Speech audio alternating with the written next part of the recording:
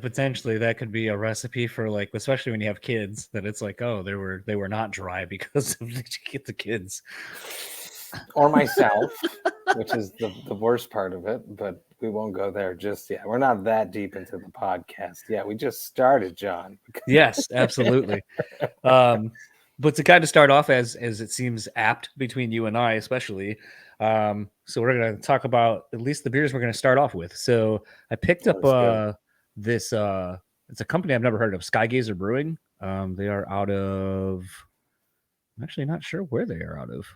I love the double artwork. There's one brewery up here in Quebec that does that, and I don't understand it. But when I see someone other brewery doing it, I'm like, that's a good idea. Yeah. Oh, they're from North Haven, Connecticut, it looks like. Nice. But it's a watercolors, and that's actually what's on the back is a watercolor like Yeah, drip painting. I think it's so cool. Um, but it is a 5.5%. It's a sour ale with guava, pineapple, mango, tangerine, starfruit, milk sugars, and vanilla. So it should be They're like fucking more. delicious. Let's put more in it. It's so funny. I was actually when my wife and I were traveling out west, we ended up linking up with Mark and then Nothing More crew Yeah. in Salt Lake, which if you've ever been drinking there, or I should say not drinking there, You drink low ABV beers there. yeah, I didn't. There wasn't really a beer that sounded interesting to me because I figured, like, especially because I like more stouts, porters, and stuff like that, and heavy, thicker beers. So I was like, it just didn't seem worth it. They don't let you do it. No. And like the whole thing around it was even kind of fucked up because I was like we went to a bar and like I would be finishing my Jack and Coke and then they'd be like, do you want another one? And I would be like, yeah, please. And then they'd make it and just sit there and literally handle it. And then I'm Oh like, yeah. you can put it down. And they're like, no, you got to finish that one. And I was like, well, then why the fuck did you make the other one? Like, They want wait to until sell I'm it to done. you, but they I want you to be guess. like, Yeah, and it was a thing where I very quickly learned that it wasn't even that they won't stop serving you after a certain amount. Like it's not really to cut off how much you're drinking. It's just that they just don't want you to have it all at once. But then the weird it thing must be is like a like weird liquor law of the state where you can't have more than one drink at once, but the so bars have found a way around it to sell you, but they so hold the drink until you are finished your next drink. the thing I kind of figured out from talking to some of the bartenders that we were uh happened upon in our travels is I could have like if I wanted a shot of like tequila and I'm drinking whiskey, totally fine. I Wow. can't have Okay. whiskey and whiskey. Really? So you I can could have like a have Jack and Coke, and you can't have a shot, but you can have a shot of I tequila with a I Jack keep and Coke. because it's not the same liquor. That's so fucked up. And then as I understood it, I'm sure someone that lives in that area is gonna be like, no, you got it wrong. In which case they'll be like, I don't know, who cares? But then I could also have my Jack and Coke, a shot of something that I wasn't drinking, so another whiskey, and I could have like a White Claw all at the same time. Wow. Okay. Okay. Well, So you seem clearly to you've broken the clearly matrix. it's not the amount that they care about. It's some weird principle of like you just can't have too much of a good time. You can't I have guess I all, don't know. which is what I did on May 6th at Kanawaki Brewing. Okay. I came up with this crazy dumb idea back in December. I hit up Yakima Chief Hops, which is a very cool hop distributor from the Yakima Valley. Luc Baudier is their Canadian rep. Metalhead, cool dude. I pitched him this idea of taking the 6 best IPA makers up here in Quebec, Canada, and pinning them against each other with an experimental hop, trying to make their best mono hop IPA. So 6 breweries went head to head with their HBC 586, which is one of their experimental hops that does not have a name yet. I'm assuming that they're pushing towards it. So I started something called Haze Wars. Obviously, it was super cool. This is Kanawaki's version of it. It's awesome. It's cool. The best brewery that did win by 1 vote, I will say, was Sir John Brewing.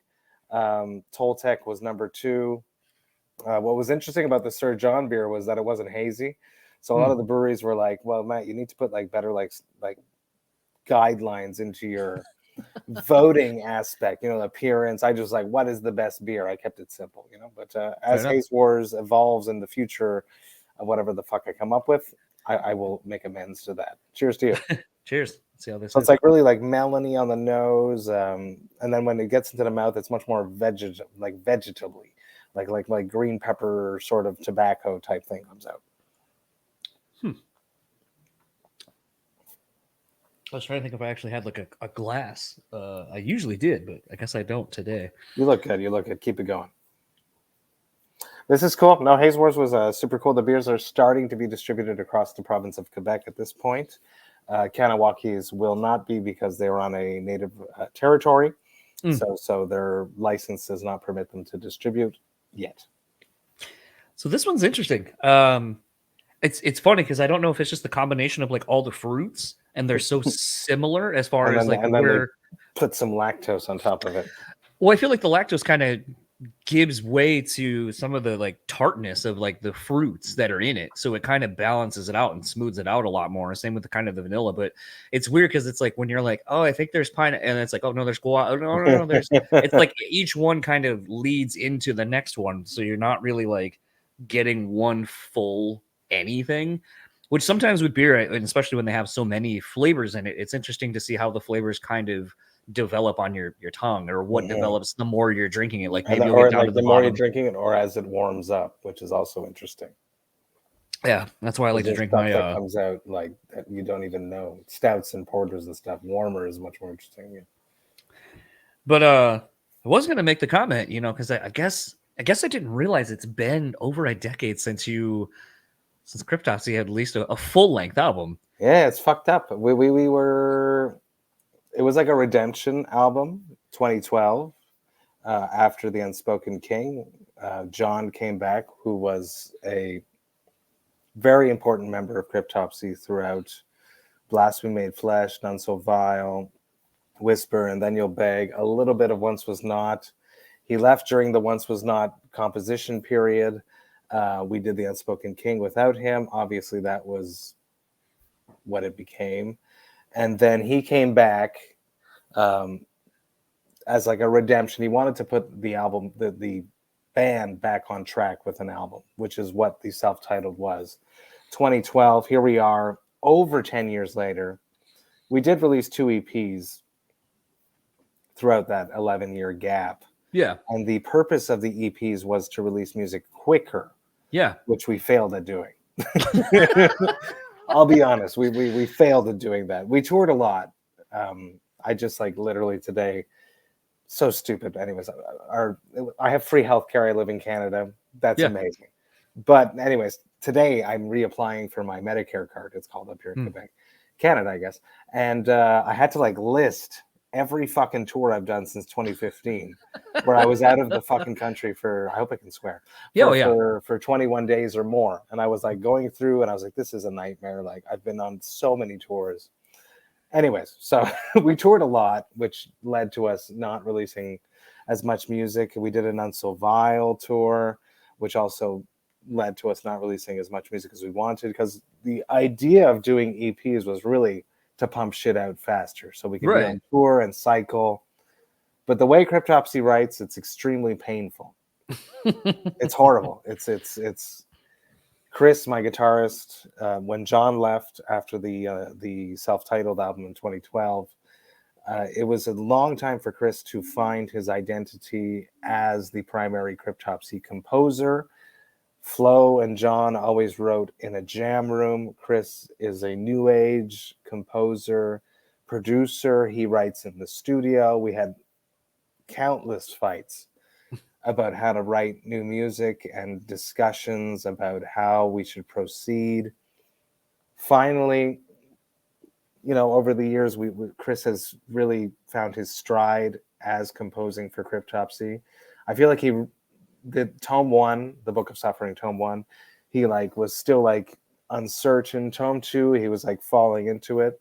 And then by the time we were writing the new record, which I can't name yet, it was March of 2020. We were in a cabin in the woods and we had really hit our stride. We were just creating madness March 2020, and then the pandemic happened. As we were in the cabin in the woods, everything shut down in the States. It was you couldn't make this shit up. And it's that week that we signed with Nuclear Blast. So it's been since then that we've all been holding in, that we've been signed to Nuclear Blast. Albeit it took us 3 years to finish the record, so it's nobody's fault aside from our own, but and a global pandemic.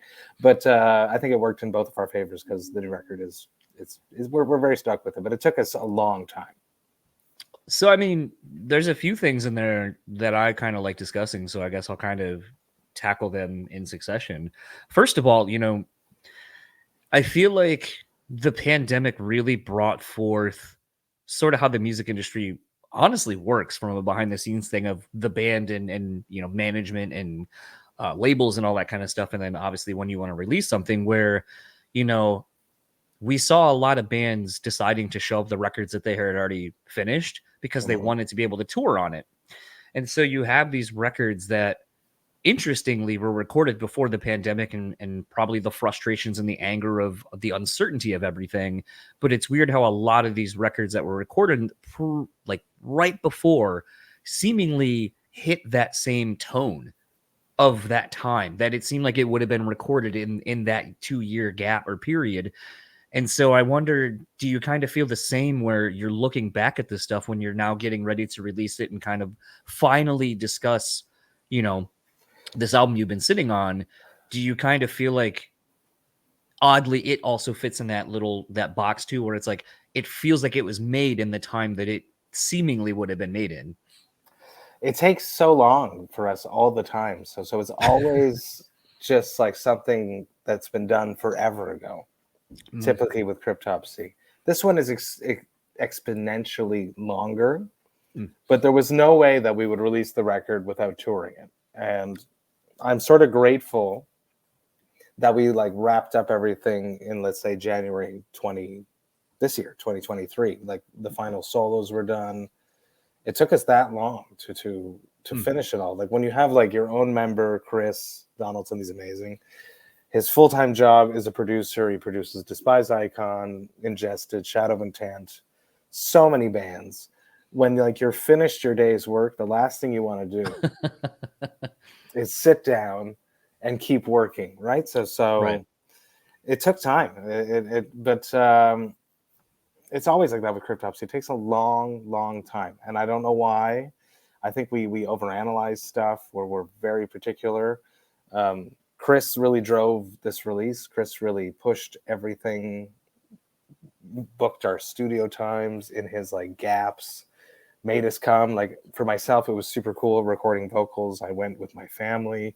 He has a child about the same age as my 2 kids, and it was like a summer vacation because he lives like next to a beach. We would track the vocals in the morning, go to the beach, come home, eat supper as a family all together, track a second song, and we did that for like 5-6 days. It was super cool. And my vocal session was sponsored by Overhop Canada, so we had a whole flats of beer to keep us well motivated throughout my vocal sessions, and that's the truth. Yeah. The other thing that I love kind of talking about is this sort of duality life that an artist lives in, where you are constantly being inspired by things in the present. You record something and then time goes by before it comes out just due to a lot of variables of we want to put it out for this touring or this touring cycle this quarter because it'll probably do the best it's going to do, so on and so forth. And then you're working toward that, and then you have to do press and sing these songs, and for the members of the actual band, going back and remembering how to play these songs It's a that you nightmare. haven't performed It's a time fucking for the nightmare. first time. We just did it. We just did it for the video shoot, and everyone was like, "What the fuck is this song?" Like, Yeah. For myself, And so I'm very stoked. Like, I knew that because I had started Vox and Hops when I started writing the concept and writing the lyrics and writing the idea before we even started talking about a new record, I wanted to have something to say because I wanted to be interviewed, which is like, I like being interviewed, which is probably a part of the reason why I have a podcast. I like it. Flo fucking hates it, but I like it. I don't mind doing interviews. Yeah. So I wanted something important to say. So I found a concept. Once again, I can't unveil too much. You're like one of the first press that I'm doing. before the album has been totally announced, so I can't talk about too much. But there is a Sure. concept which I am proud of that I wrote late 2019, I want to say, that has only exponentially gotten more relevant because of what happened during the pandemic. It talks about social media and the power of the internet. So I'm very, very confident. But it's true that in life, and reflecting into Cryptopsy, but Cryptopsy is such a fallacy and such a gross mimicry and invention of my imagination that it's so far from what's actually going on in my life. I work in early childhood education. Mhm. We're shooting music videos about a guy killing someone in the bathroom. There's no parallel there. It does not make sense. Everything is perpendicular in those two worlds. So no. And I'm a parent and stuff. We just got like shirt designs, and I was showing my kids moments before this interview, and they were like, "Ha ha ha!" Like it doesn't make sense. So no, but I am Well, ready to tackle and eat these songs and the concepts. And I think the concept is strong and it's meaningful. The world has gone to shit, and there's some good stuff in the world, but a lot of it needs to be reevaluated, and that's probably the most that I elaborate on at the moment. no, for sure. I just think it's interesting to kind of think about that, to put yourself where you have to kind of go backwards while you're still moving forwards. And Yeah, I know that that's a very easy, nice way of kind of explaining it, but it is just a very weird set of circumstances where not many people have to do that repetitively. yeah, And to kind of think about how hard it must be to traverse always wanting to move forward and being present in the now and being inspired, but then yeah. knowing that you have to go back to something that you've already done. And that's, I don't want to say that's not who you are, but you're changing, and you've probably changed since then, and life has happened since then. So to go back and be like, all right, now we have to kind of focus and make the thing we did a while ago the thing we're doing now, even though we're already working on what will be the next thing. Like, it's just a weird set of circumstances that I think bands and artists find themselves in, where you're never really in one time in your life. I think I come from a special circumstance, and a lot of other new singers, we can call ourselves, new vocalists or new members. I've lived my career with Cryptopsy playing songs that I never wrote. Mm. So I know that for the experience for the fans, performing and going back into that era and showcasing that era is important. So I think even with, as we're looking at future set lists, going back and delving into the self-titled, the Tome or to go into None So Vile era, I know it's important to do that. So I am a fan, not necessarily of Cryptopsy when I was growing up, but I have been a music fan for a long time. And I know that if I were to go see some of those bands that I loved when I was young, because the show just happens to happen, and I go to the show and then they don't play the tracks I want to hear, I'll be disappointed because they want to live in the now. I think that's a bit wacky. It was funny because we went and saw, my wife and I and some friends went and saw, I mean, really, we went to go see Bush. But Our Lady Peace, no? I like Our Lady Peace. It was a different tour, I think, maybe. Yeah, no, this one was Breaking Benjamin and Bush and somebody else.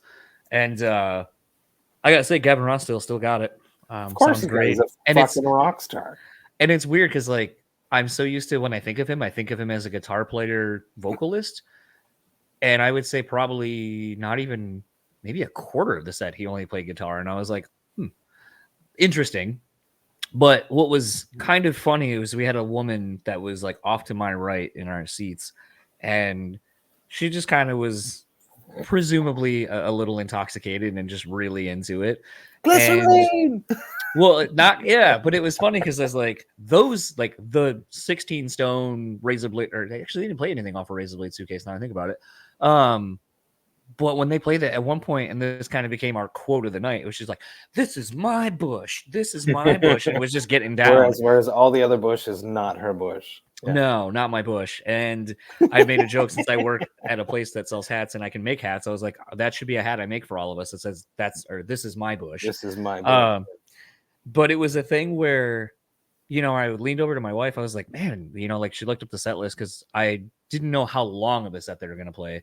And so she looked up the set list. I was like, I was going to say spoilers, but the tour is done in like a week. So who cares? But it was a thing where like they didn't play Mouth, Greedy Fly, didn't play Chemicals Between Us, didn't play like a couple other like songs that like if you're a My Bush era fan, like you would expect to hear those. And I was just like, huh, kind of bummed, but I will say like the newer stuff kind of reminded me of how I felt about, Filter, like their last handful of records they put out, where I'm like, it's actually really heavy and really good.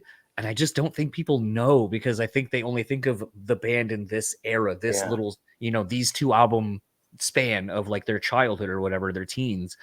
And it kind of really got me thinking last night about how there are probably so many fans like that of bands where it's like, I'm a fan of this band from this era, this time frame. And I think about it even when you like when I go to metal shows, especially, and you see the people with the patches and all this kind of stuff. And I just, like Lamb of God's a great one where people are like, oh, I wish they just play more stuff off of like As the Palace is Burned and blah, blah, blah, blah, blah. And I'm like, sure. But they've also been playing for another 15 years since then. Yeah. Like they got 5 more records. Like it gets to a point where unless you're the headliner in that situation and you're willing to play the 2 some odd hours or so, you're gonna have like a 90-minute set and there's the staples, 2-3 new things. That's your time. I So think it's it weird falls to into, and the Bush one makes perfect sense in this circumstance because they had toured with Our Lady of Peace probably a year or two before. I guarantee you all those hits were in that set list. Yeah. But the fact that they were playing with Breaking Benjamin, where they're trying to get new fans, Yeah. they don't have to rest on those laurels of the old songs. They can explore the newer stuff. And I'm sure it ties into that because Cryptopsy, we would do the same thing. If we're going to tour with Suffocation, we're going to play the None So Vile. We're going to play the old shit. But if we play with like a new Shadow of Intent, let's say, if they bend and invite us to open for them and we accept, we could probably get away with playing a lot more new materials. So I think it's like a band's decision, right? So and then the fans get pissed, but it's like the band is making a decision to capture a new fan base with their new material and not just resting on those nostalgic tracks. I think that's the interesting thing as a fan at times of figuring out, do you lend more like credibility is not the right word either, but sometimes I always wonder, I'm like, is it smarter for the band, like, say what you want about Metallica, it's inspiring to see that they will pull out songs that they haven't played for 10, 15, 20 years randomly because they know people are going to show up, so they can honestly probably do whatever the fuck they want to do and people will just be like, cool. But it is one of those where I feel like sometimes, like, that was one of the things that I loved about going to see Every Time I Die is, yeah, they would have a set list, but if you were close enough to the stage, you'd see them all turn their backs and they're just like, all right, do you want to play this? And like, there were times I could see the set list and like the middle, like third section was not what was on the paper. Very cool. And it's like, it's cool to me when a band can kind of call that audible live and be like, okay, the room this audience seems to be picking up off of this. So let's just fucking feed into this, energy and see where it takes us. And I know now in the day and age of, lighting and tracks and stuff like that, you can't do that 100% with every band. Yeah. But it is one of those things to me where I wish some bands would get rid of we just play these same songs. You're always going to hear like 90% of the same set list after a certain point once they've, made it or have like the fan base. But it also becomes a thing where it's like, if they're going to show up, does it really matter? Can you just do whatever you want because they'll probably show up? No, I think they're going to get stale. I think if any demonstration of that is Metallica, come on, it's they know how to put a show on. So you gotta keep everything special, especially when you're charging as much as they are. So you want people to come to both shows. It's going to have different bands playing with you, albeit I don't agree with the whole lineup of what they're doing, but some of it's more interesting than others is all I'll say. Well, I guess, There's 2 days in Montreal, and I only want to go to one. Is all I want to say. well, why can't you go to one? I'm going to. I feel like it. I feel like things like that, like seeing a tour of that magnitude, almost a mini festival, for lack of a better term. Yeah. Logistically, I just don't know how you pull it off, because essentially, Massive crews, and then the worst part is that they have all these other things in the city that is not even affiliated to the show that happens too, which is super sick. like what? All these like weird parking lot shit that goes on, and Oh, the exhibits and it's cool. It's cool. Metallica knows what's going on. Metallica is exciting still somehow at this day and age. I don't get it. The record, we can talk about the record. I enjoyed moments of it. It was way too long, and the songs are way too long. But yeah, they're still exciting even at so many years into their career. It's inspiring. out of curiosity, as someone who does this and probably gets just as many email blasts, requests for people to come on your show and so forth, do you find, or have you found, that you had fallen out of listening to music, that it became a bit of a chore? No, I listen to music a lot. I'm very lucky that I have Jerry Monk, who's Vox and Hops' metal architect, who listens to everything basically. He was already doing it, and then I've sort of just enlisted him to do it for me. Not necessarily for me, because he was already doing it. It's just he like would already be sending me stuff, so I basically just roped him into the promos, so he gets everything beforehand. So he's super stoked, right? So he like sends me stuff, but I do find this year I like nothing. And that sucks to say. Like, I really, out of this year, there's what? Cattle Decapitation for myself. Herod. I'm looking at my phone, which is why I'm looking there. But I think that's it. Oh, no, that's not true. Spotlights. I really, I think those are the 3 albums that I care about so far, which is crazy because there's been so much music out. It's funny because like today, as when we're recording this, Lamb Goat's catching a bunch of shit for the review that whoever did for the Sleep Token record. Oh, I have that comes out Friday. See, I want to hear. I like that band. I like the vocals, but I'm sure it's going to be boring. I'm very like, my wife loves that band. Like, bought tickets for us to go see them when they're in Detroit, and it's one of those things to me where like I don't know. And it was funny because when I read the review today from whoever, the guy from Lamb Goat, I was like, I don't disagree with this. Like, I'm sure people will like it. That's fine. I don't care. It does nothing for me. And the first record was good. That like tower thing. What was that called? There's like 2 like tower black things on a white. That was a great record from Sleep Token. I really enjoyed it. And then the second record, whatever, people are going to correct me and say that whatever the most recent record came out, boring. And then I'm sure that this is a continuation of that. That's cool, but the guy's got a great voice. Sure, I mean, I take nothing away from the dude's voice, but I can't take away from the viral attack that they've done on Spotify. How they did it, I don't know. Whatever team they have behind them is genius.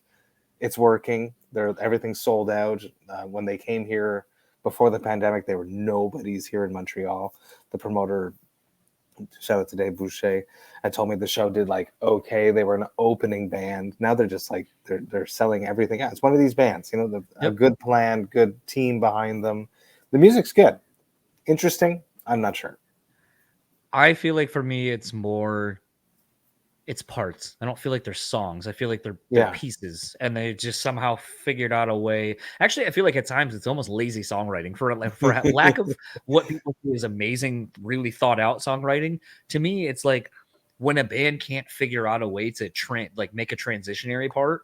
What's the thing you do? Just stop, and then now the new thing starts, and you're like, yeah, and you're like, that's lame. That's easy. I could do that. Like, I could be like, okay, here's 2 parts that don't go together. So how do I do that? Stop. I'm more excited about the new Loathe, which is not this year, but that's a band that I've sort of put in the same area as Sleep Token. I'm much more interested in Loathe than Sleep Token to see what comes of them. I think at this point, I'm interested to see what the rest of that Better Lovers band, the Ita Greg Puciato, Will from Fit for an Autopsy. I'm interested to see what that ends up being, because from the one song, it's a pretty good mix of everybody. I feel like I think, the parts from Muted, I think you can kind of hear a little bit of Will's chaoticness that he brings in, more of that death metal kind of tech metal kind of side. And then Greg obviously being able to find his way through all of that from what he's done in Dillinger and his solo stuff makes a lot of sense. But I'm interested to see where maybe some of the things that Jordan did on the last two Eats It records, like Thing with Feathers, or even, More, or Map Change. I want to see how the rest, like Greg and Will, kind of find their way into those kind of songs. Will there be songs like that? So I'm interested to see, I guess, a balancing act between all the things and the components. Obviously live is just going to be fucking insane. I hope Will does some live. That's for sure. I would imagine he would. He seems to be touring a lot more, even with End. Not so much Fit, but because I think they have an understanding that Will doesn't really do a whole lot of the Fit shows. When he can, he will. But it seems like End, he always makes it a point to be at all the End shows. So I'm hoping that's kind of the same thing, that this other band won't. I mean, I don't see how they're not going to tour a shitload, but maybe it'll just fit into his window to start doing it. But the other one too that I've had the emails for a while, but I just haven't taken the time to listen to them, was the two new Acacia Strain records that dropped. I listened to one this week, and I feel I wasn't a fan. Well, not that I wasn't a fan, but I wasn't well versed in prior Acacia Strain records. It feels more primitive than In Waves, or whatever the Waves. It comes in waves. It comes in waves, and then the EP before with the number of Decay. Yeah, I like those two. This one feels much more in your face and more primitive. Well, from what I've did heard. you listen to the Doom album or the more straight ahead record? Because there's two. I don't know. I downloaded one. Yeah. But I think that's the thing is and I feel like at times that was where doing this show and being so inundated with Step into the light is what it is. Yeah. Okay. Going into this, the one thing I never really thought would happen is that I would try to listen to the records. I would try to kind of find my way through them and be able to talk about them from a different perspective than somebody else maybe was picking up on.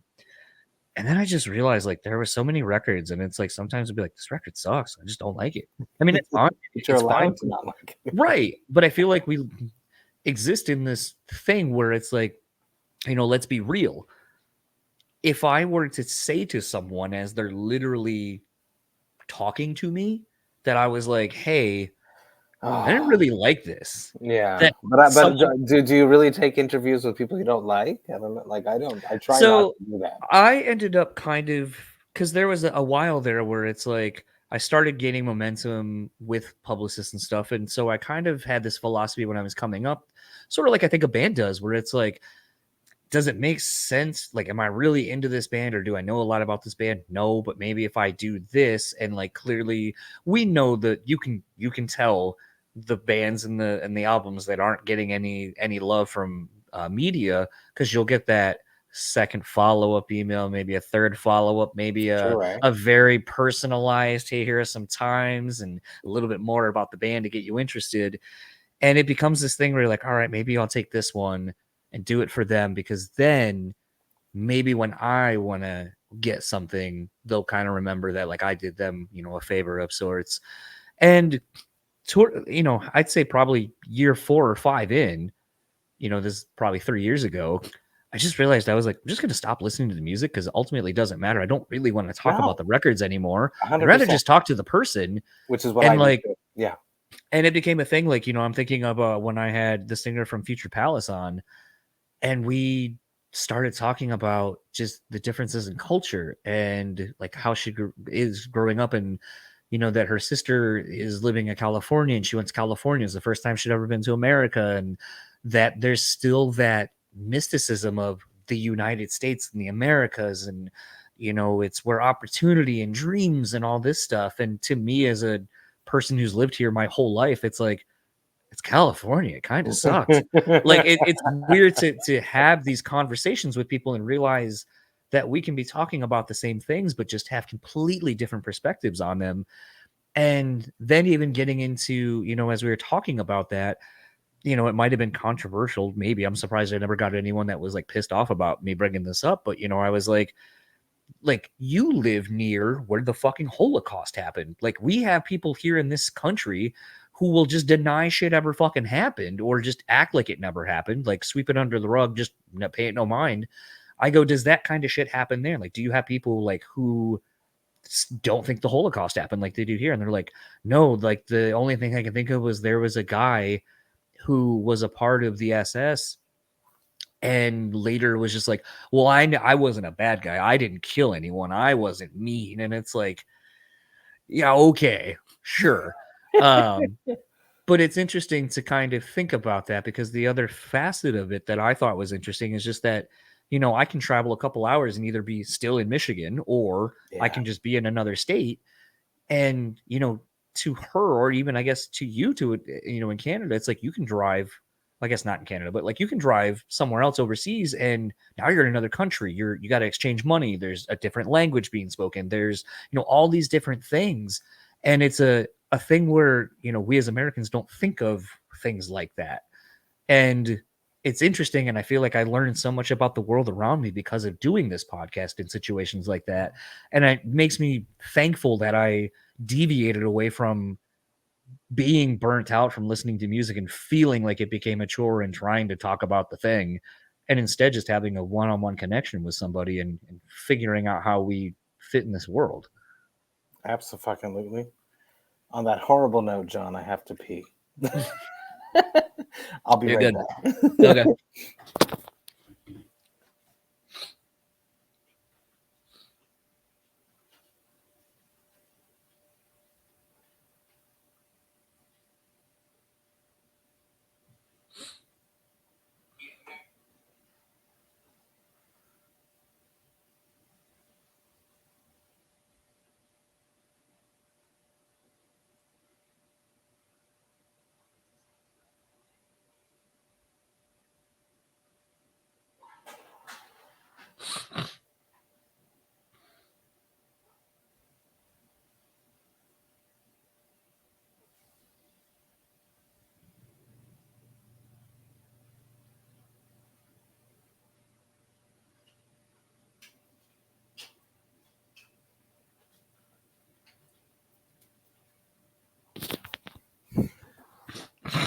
But it's true though that stepping away from the music to the person you're speaking to can really make a big difference because it can have such an impact if you're not a fan of something, and then you have to try to sell it.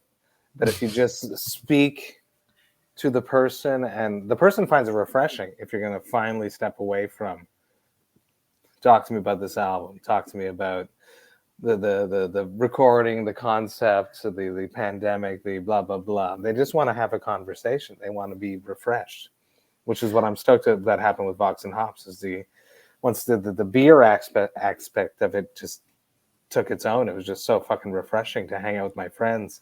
And I remember like having like a pivotal moment with Charlie from Visceral Disgorge, where early in the podcast I had like a few key questions for Vox and Hops, and I like ran through them in like 19 minutes. And back in the day, I was like, I wanted to do 30 minutes, like minimum. And I like was like, you make knives. Tell me about making knives. And then we went for like 40, 50 minutes. And he was so excited to talk about making knives. So everyone has something that they love. And it's not necessarily the music. So that's what's interesting. It's funny because that was always the crux of what the show was supposed to be. Is initially I wanted to have people from bands on, and I knew of a handful, like Porter. It always started with the idea that like I knew Porter was into photography and is a really good photographer, but I'm sure at the time it wasn't really known that he was. Now, obviously, it's a part of like, you know, one of the like VIP things that the members of the band will do and so forth is, you know, he can take you out around your city and go explore with your cameras and explain to you That's so cool. different photo techniques and so on and so forth. And it's something, and it's cool to see that it's now something he gets to do and share with so many people and fans of the band. But that was always kind of my idea for the show, was just to kind of like find the other thing that people like. I like X band guy. Well, all right, well, here's other shit that this person is way into, and you probably just have no idea and never heard him talk at length about these things. Like those fans that are like they're into D&D, and so does their favorite musician. So oh my god, that seems to be such a huge thing lately. Is almost VIP meet and greets where it's like, all right, we're bringing out our, and I don't play that game or little any like Warhammer little people. sure, or Magic the Gathering stuff, yeah, and they're like, we're bringing out these packs and we're whatever, and I'm like, it's cool if you're into it. Like to me, it'd be like if someone was like, man, I'm into Madden or 2K, and we'll play a game or two, and I'd be like, all right, I'll drink and talk shit. I'm in, yeah. Just take me to a brewery, people, or bring me absolutely bring me some 4-packs. But I think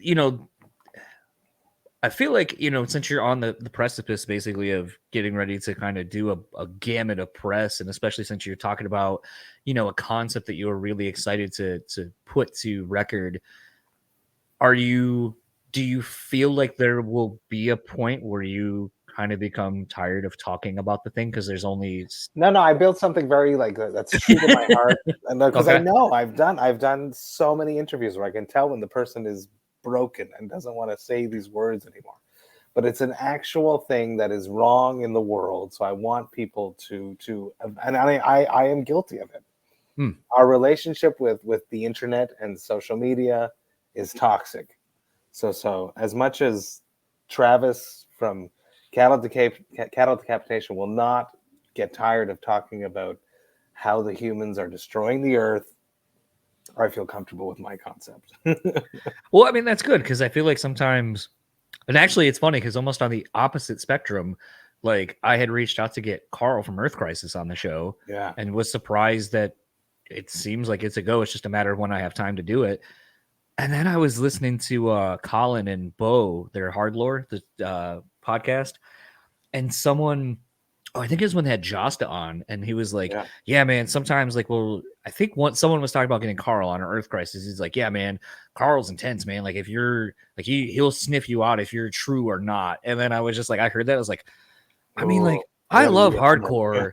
Like I was like, I love hardcore, and I love like Earth Crisis, and Free is pretty tight, but like to me, I just think it would be interesting to talk to him because he's been in it for so long that there's got to be, sure nuggets of wisdom that you're going to find something to get along with him about. Sure, but it's still one of those things. It doesn't have to be hardcore. No, and it probably wouldn't be, because I'm not going to nearly be as versed as if Joss is going to have him on, Joss is just going to nerd out about hardcore, but you got to find something that you can nerd out about.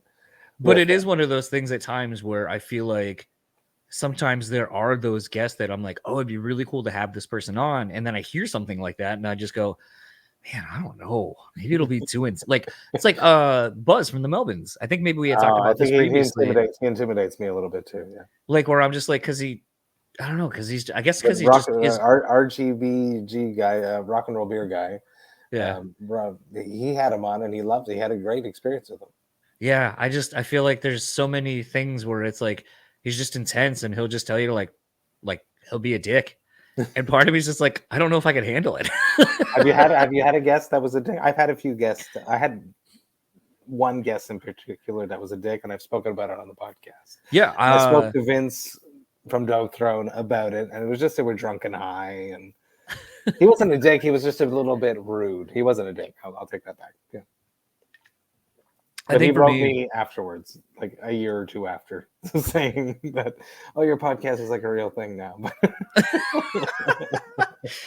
Well, I think it kind of goes back to what I was saying earlier about, sometimes doing things because like it seems like the thing to do to kind of earn a favor or something.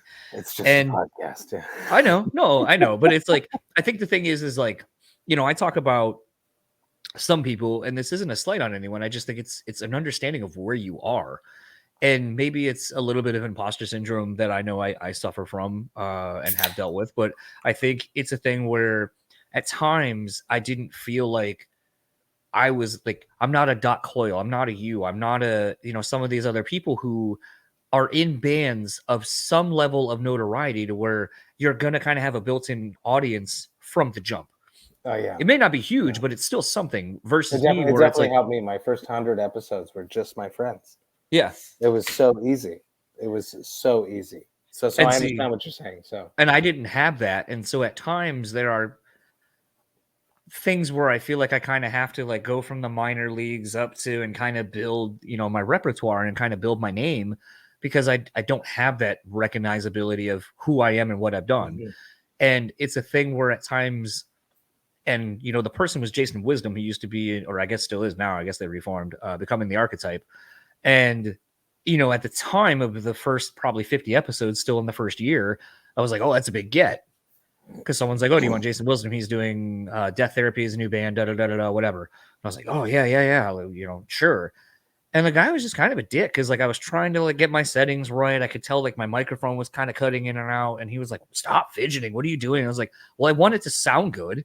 Yeah. And, you want this time together to be worthwhile. Yeah. You want your fans to hear what you are saying. Yeah. And then it was just like this whole thing where like we're like maybe 20, 25 minutes in, and we had set aside like at least like 45 minutes to an hour. And he's like, oh, I got to get up and my kids and something or other. And just was like, all right, bye. And like, it was like maybe at 25, 30 minutes in. So I was just like, dude was kind of a dick. And some of the questions I asked, like, whatever. So then it came back, like, actually, I think it was like last year or something when BTA was coming back, and like a publicist was like, oh, would you like to talk to Jason? I was like, no, I don't want to. Do you respond? This is a real question. Do you respond to every publicist? Because I feel bad.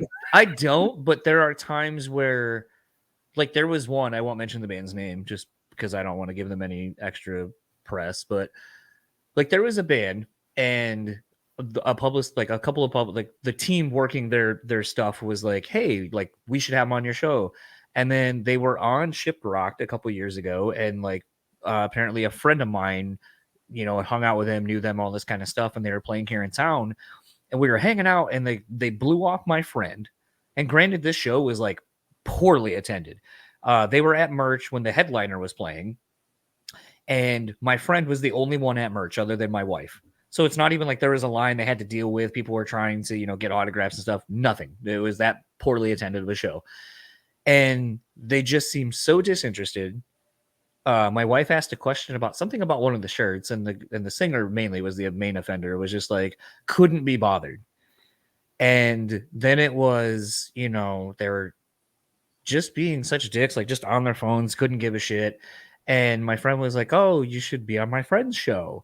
And at that point, like I'd already packed up because I'd interviewed the singer from the headlining band.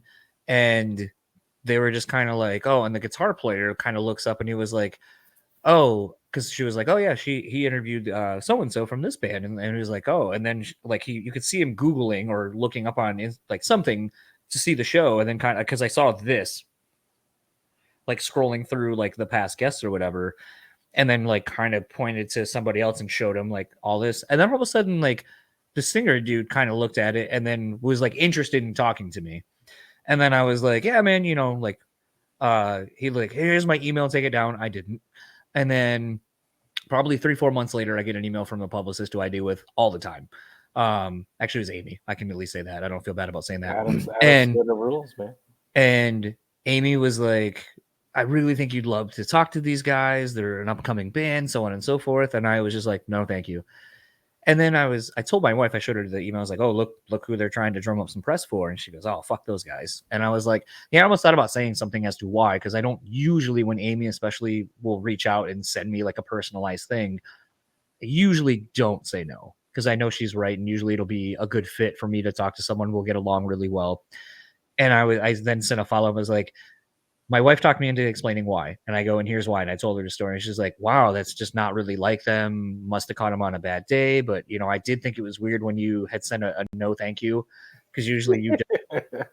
So I kind of wondered why. So thank you for letting me know, because I can kind of keep tabs on, if this becomes a reoccurring thing, then, I'll know and so forth. But yeah, really sorry they treated you and your friend and your wife that way. And totally understand. I wouldn't want to talk to them either. And weird so how like what we do, all of a sudden we're much more important. Isn't it stupid? I mean, to a degree, yes, but also no. Isn't it dumb? Like we sit on we release an episode and people listen to it, and it's silly that the notoriety that comes with having conversations with our friends. It's silly. Well, I think the weirdest part, and like having just recorded episode 400, You know, I kind of went on a little bit of a. Isn't that Thank cool? you. Feels good, right? It does. It's a weird journey when you're just like, it feels good when you say 400 over 400 episodes. It feels great. It's you're gonna awesome. You're gonna be episode 401, so you're Hey, over the hump, starting the next congrats. To the next to 500, the journey to 500. I remember when I started the podcast, I was like listening to Justin. He was at 300 or something, and I was like, I'll never have 300 episodes. We both have 400. Isn't that nice? I'll cheers to that. Also, this gives us a cheap way to talk about the new beers we just opened. Go for it. So, Drecker is. Yes. I've been following them online. So they're like a weird European company that's contract brewing somewhere else. Yeah. Almost like Untitled Art sort of seems to be, because there's no way they can put out that much stuff in such a short amount of time if they're not collaborating with other breweries. I've been poking them, trying to do stuff with them. Yeah. I can't believe they didn't immediately jump at that, since that seems to be what they do. Well, I don't have a brewery, but you know enough people that can make something happen. I do. But this is the chunk. It's a cherry drumstick Sunday sour. It sounded absolutely amazing. Yeah. I know. I almost wish I had a glass to pour this into. I should go get one. I'm drinking classic here. Classic Moralité from Dieu du Ciel, classic Quebec brewery. It's something that I fall back into recently, actually. When we did our top 10 this year, I had team up with Beerism and BAOS podcast from here in Quebec, and they put Dieu du Ciel on the top 10, and it's like a vote thing. All three of us have to pick a top 10. They both put Dieu du Ciel. I hadn't, so I've been exploring Dieu du Ciel a lot more this year. It's a classic. It's amazing. I want to see what this one looks like, so I'm actually going to get a glass for this one. Go for it. Do I have to talk with them? I'll talk. Dieu du Ciel, the Moralité is actually an IPA. The first version of it was a collab with Alchemist out of Vermont. So it was like the first like fruitiest, somewhat like bitter IPA that happened in early 2000s. I want to say 2002, 2003. This is 6.9%. They rebranded it recently, which I love a little bit less, but whatever. McKellar inspired everyone, apparently. Shout out to JF, their mastermind. He's fucking awesome. As he pours out his Drecker. Actually, looks really good too. That's cool. Their artwork is cool. I've been poking them for a while. Yeah. I don't know if you could see that at that pour at the end, just how like thick it is. That fruit smoothie. Good for them. Oh my god. Yeah, the publicist game is fucked though. Like I hope publicists listen to this and can listen to me. We appreciate everything you're sending us. It's super, super cool. But I have a hard time responding to everyone. It's just never ending. So many albums, so many interview requests. And personally, I'm like at this point with the podcast that I'm trying to have some balance, and just I have these mottos with the podcast throughout the years. I'm 4 or 5 years in. And this year's motto is it's just a podcast, which is why I said it earlier. I have festivals. I have Brutal Montreal that I do. I have all these beer events like shit with like Haze Wars. But at the end of the day, Vox and Hops is a fucking podcast. It's just a podcast. It doesn't matter. And if I miss a week, it doesn't matter. That has been something that's been hard for me to. I've never missed a week, but if I do miss a week, it doesn't matter.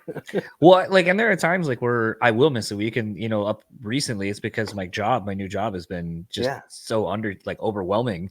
And then on top of that, it's like I didn't have it seemed like this last like month and a half, like it'd be like, all right, I got someone. Nope, fell through. Got someone, fell through. Everyone's life was shit. COVID was sweet. COVID, we would just have everyone. Man, I gotta say, this is that's a good beer. Okay, it's super solid. Well, because like in my head, I'm like, okay, cherry drumstick Sunday sour. Like, there's what I think it's gonna be, but the first thing that like really got me right away is how overwhelmingly and good like the peanut butter flavor is. It's like peanut butter and like a raspberry or like a jam. Really? Yeah. God damn, you American beers, so fucking good. Yeah, I love this too. Like, it has terrible at this. Still terrible at it. So it has like, I love that it says gimmicks: cherry, peanut butter, vanilla, soft serve ice cream, waffle cones, lactose, and My chocolate. God, yeah. The most God damn. unvegan beer ever. But Fuck. Yeah. Yeah, but I mean, when a 4-pack of this is almost $25, 100%, yeah. Because they put that all in there. Yeah. yeah, premium ingredients. No, I mean, to kind of, I think that's the thing. Like, I was saying in the intro and even the outro of the 400th episode, which is obviously it'll have happened already, so it's aired. It's Vinny from Naughty by Nature, and Sick. it's a thing for me where I mean, I didn't really have to fight for it, but I fought for it because like I love hip hop, and it's something where I get comments quite a bit where people are like, "Doesn't even seem like you like metal." Like when I used to be on Discography Discussion when that was still a show, my album of the week was always usually something hip hop related or something not metal. But it's also like, dude, I just listened to like All of Death in like 4 days and had to like take notes of each album and things that I was thinking about so I could talk about it at length for the podcast. And so it's like the thing I wanted to listen to was anything but death. I wanted to listen to something that just was a nice palate cleanser. And what's the opposite of listening to like death metal? Pop or rap or something else. But it's interesting when you listen to those kind of things how you can start finding other influences in some of these other genres. 100%. Flows super into like early 90s hip hop. Loves it. Same. Loves it. But it was a thing where when I was kind of talking in the intro, it was just like, 7 years, 400 episodes, some of the people that are now my friends from doing this show and just the journey it's taken me on. And I go, but, there are people who will comment like, one of the biggest episodes on YouTube is this episode with the singer from this band Revis. They put out like one record, did a tour with Pearl Jam where they got kicked off the tour, not because like they did anything bad. I just think the band didn't want them on the tour anymore.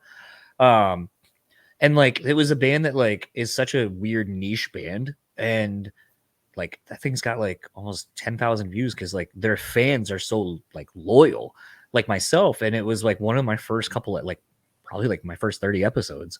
Wow. And people were like, oh, the guy just like me just kept talking over the other dude and da da da da. And I was like, yeah, I mean, shit, dude, this is like one of my first fucking handful of interviews. And one rule number one of outside, anything is don't never read the comments. Never. I was Chris Donaldson. We announced that we signed to Nuclear Blast. I was like, stop reading the comments. Stop. But I can't help it because like part of me, because the other thing I try to do is because I just don't get bombarded with comments on stuff very often. So at least like to go and be like, thanks for listening. Hopefully like, thanks for saying something positive. And just because it would make me feel good if I commented on like my favorite show and like Rogan or Joe Rogan Experience or whatever commented on my comment. Like that would be for cool. Vox and Hops, I'm a bit more present in the comment section. Yeah. Like I do this artist spotlight thing. Yeah. Where I showcase a band in the intro. I think it's a cool idea. I tried it in the past. It didn't work. Up front, I charge money for this. So some guy today asked to do it and then dropped like in the comments on Facebook that I'm false advertising. Oh. That I charge money, and screenshotted my next message where it's a copy paste thing where this is super cool. I like your track. I do, to be upfront, charge money to promote you on the podcast because I have hundreds of people that listen to my podcast and you're gaining something from having me showcase your track. Yes. So I wrote him in the comment. I said, that is true. Thank you so much for showcasing this and letting everyone know that I charge money to do this. It's But I mean, that's an interesting thing about this too. And sometimes I feel like a giant fucking dick about this. Like when I started the show, I wanted it to kind of have an element of bringing at least my local scene or smaller bands up, because I figured that was going to be a way where I could kind of parlay easy content, for lack of a better term. And weirdly, like I would reach out to some people that I knew personally and that I was friends with, and they would just be like, oh yeah, whatever. And kind of blew me off. And then it's like, once I started getting traction on my own, it was almost like that shitty kid story of like the chicken or whatever that made all the food and the feast and gathered all the ingredients. And then when the feast was done, everyone wanted to come be a part of it. And that was the thing, is like at one point I did the same thing. Like someone came to me, and at that point I was trying to figure out advertising, and I knew what Doc Coyle's rate was because I'd had a band do it on his show. So I knew roughly it's like Doc's here and I'm here. So I feel like I can charge this, and it's within the scope of, what I think is adequate.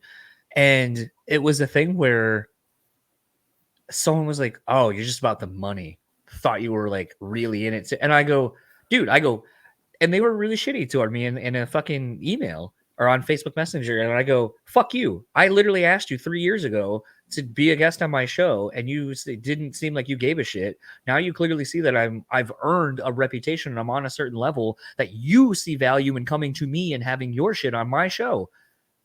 And I go, "So yes, I am going to charge you because my show has earned a certain level of status that you wouldn't have come to me otherwise. There are other people who have paid and it to be lives. advertised." It depends how you put it into the episode, because like ads, the way I do ads, because I'm with Sound Talent, is through Megaphone. I don't know how you're at now. So those get dynamically inserted. So they do on some of my stuff now. I can just do that. But the artist spotlight stuff I'm doing is there forever. It's like baked in, as we call it in the podcast world. So let's say it's like an episode with George from Cannibal Corpse. It's going to be an episode that's going to get listened to forever. Yeah. People are going to stumble upon it that's the numbers that just keep rolling, So people don't understand the value that podcasts have. It's crazy. It's So I just thought it was funny that this person like did that, but like that's a comment that I did read that irked me today, which doesn't happen very often. But I responded nicely, and but I'm talking about it now, so I'm still a little bit irked about it, I think. But I mean, and to kind of finish my initial thought, that's sort of what I had talked about in the intro and outro, was that if there is someone who listens to this show, my show, and they're like, "Oh, I can't believe you had whomever on, didn't ask about this, didn't talk about this." I go, the whole thing that started my show was I was tired of watching interviews with some of my favorite band people and watching them piss away the opportunity. People interviewing Keith from Meatsid and just being like, "So Warped Tour, how's catering?" Exactly. Like just dumb shit. And I'm like, you fucking, like, I would kill for this opportunity. Yeah. Let's hang out. And like, ask something real. Give a shit. Like, and it's like, if you listen to my show and you think you could do better, you probably can. Fucking do it. Let it be the catalyst for you, because it's what started my show. And here I am 7 years and 400 episodes, and I got to talk to fucking Vinny from Naughty by Nature. Yeah. A dude who I used to watch on MTV as a kid. The past year, since Trevor passed away, I started talking about mental health. Yeah. And I feel like that topic, like I go through, like I have very standard questions for Vox and Hops to like frame a conversation that I enjoy dancing through. But adding in the mental health has like just turned the conversation in such an interesting dynamic where I truly just like chip away all the anything that any artist is like ready to talk about, and they become so human. It's unbelievable. It honestly, again, very serendipitously, that was something I addressed in the outro, was just, the show has done so much for me on a personal level that if I hadn't been doing this podcast, I don't know if I ever would have gone to therapy. Wow. Because it was a thing where like I can pinpoint it, and I feel bad. I should preface, and I think I have said this more recently when discussing this, because I think before it sounded like I was kind of harboring bad feelings toward this person, but what I wasn't able to articulate at the time going through it is it wasn't necessarily this one person. It was this one situation that was kind of the tipping point for me. And I'll never forget it because it was the day of the Capitol riots.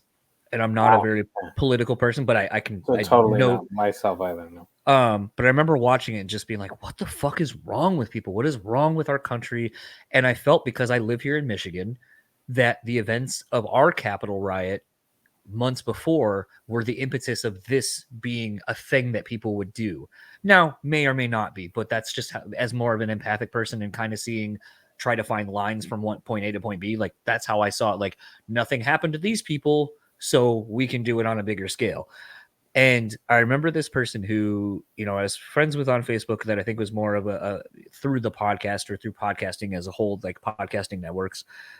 And they had reached out to me. I didn't really know them, but I knew that they lived overseas. So they were like hours ahead of me time wise. And basically, like, they're just sending me messages. And I was like, hey, man, like, what's going on? Because, like, we never really DM'd really. And so some of the questions were just kind of vague and weird. And finally I was like, man, what's up? Like, I got a podcast to record in like, you know, a half hour. Like, what's going on? And then he was just like, yeah, man, I'm thinking about killing myself. And I was just like, oh, fuck. And like, I had just lost my uncle like previously. And then like a week after that, after like getting back from the funeral, I like lost a really close friend of mine randomly. So like, I just like a lot of things. And I also realized I hadn't had time to grieve any of that shit. And so I dealt with that. And then I came to record a podcast with my old co-host Dan, and we were gonna knock out the intro outros for like 2-3 episodes. And I told him I was gonna be like, I was running late. And when I got on, he was like, "Oh, like making a joke about something," and I was like, "No, dude, explain to like what happened." He was like, "Oh shit." And then like I just like broke down. I was like, "Dude, I can't fucking be everything for everyone. I need I went to my friend's funeral preparing to grieve my fucking friend, and instead like my other friend who dated this person like lost his shit, so I had to be the strong person for him. When I'm at my uncle's funeral, it just happened so fucking quickly that it's like I had to find time off of work, flights, and figure out shit. And then the funeral happened, and then we're fucking back to the real world, and then my friend dies, and then it's like I didn't have time to deal with any of it. And then I realized like that's life. We just don't have time to deal with shit. We just kind of put it off for a little bit, and then it hits us somewhat at some other horrible time. And that time was doing a podcast. And what was fucked up is I literally was crying for like 10-15 minutes, just like so upset. And I was like, well, fuck, we got to get these podcasts done. And I threw on the, how's everyone? Like, you know, and I did it. The game. And I realized like, that's not okay. That's not and healthy. So like that next day I was like, I need to go to therapy, I think. Cause like, I shouldn't be able to just break down like that and then turn it on. Yeah. And it's what horrible. Therapy, yeah. And then the crazy thing though, and something that I can't help but thank therapy for, it was I did a chat with Lee from Born of Osiris, like after I think my first or second session, and we were talking about his solo instrumental record, and somehow I think I was talking about going to therapy. He had talked about, you know, his therapy stuff, opening up about his addiction. And then we ended up getting to the truth about what the record was actually inspired by, like the title of the record and the themes. And he's like, you know, I've been done a lot of press lately, and, you know, I've kind of had the canned answer of what this actually is about. You're the first person to get the real answer, because we got to it talking about real shit. And that's what inspired it, was kind of real, honest human shit. And it's a thing where I feel like at times talking about therapy and talking about mental health on the show almost feels like beating a dead horse. But I feel like when I get text messages from some of my friends or people who DM me and they're like, I heard this episode today and I really needed it because it made me realize like I'm not alone with these thoughts, or that you know, going to therapy is not a bad thing. Yeah. And it's a thing where I just realize like how like, you know, your motto is it's just a fucking podcast. God damn, man, like sometimes like some of the messages I'm sure you have received since talking about therapy and mental health, I'm sure you're just like, it's not just a podcast though. Yes. I think yes. The connection with the community is more than the podcast, 100%. Yeah. It's just my own pressures in regards to the podcast where my motto falls into place. No, for sure. The connections with other people, but 100% is and that sucks, everything that you had to go through. And it's the turning it on is something that happens. It happens to a lot of people, like more than anyone can know. Like it can happen to people crying in the bathroom at work and then stepping out and having to be in the office and have to perform, teachers, let's say, artists being fucked up on the road, and when they step out on stage, the crowd doesn't know, taping their knees so they can still stand, you know, like back that George Jones movie. I don't know if it's true, the TV show, you know, shit like that.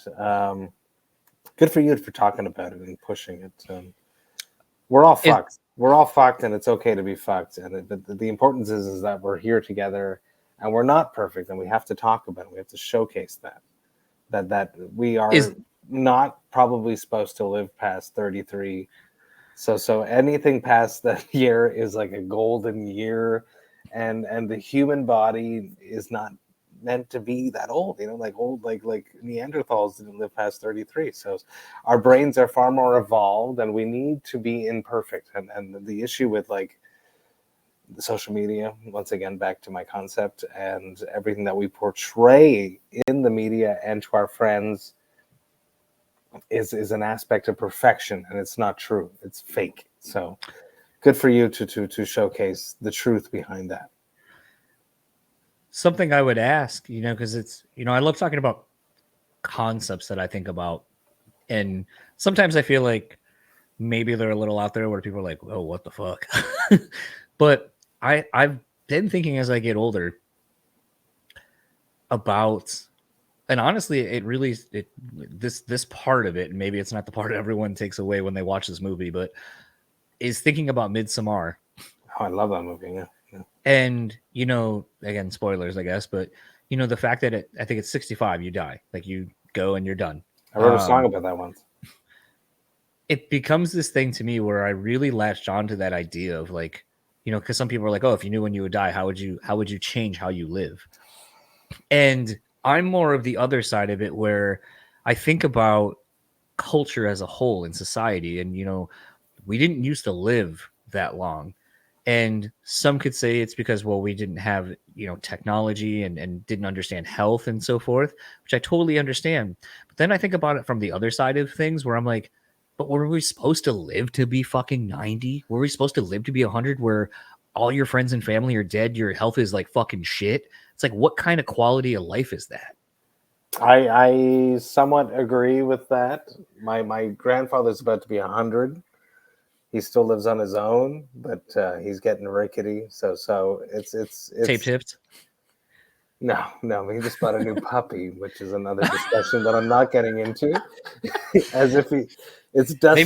Maybe that's the secret of youth right there. Dusty the Fourth, but oh my god, my great grandmother had 4 pumpkins. They were cats because they'd die. She ran over one on accident, didn't know, and then they would just buy her another tabby cat and just kept naming it Pumpkin. No, he's buying and naming. I know.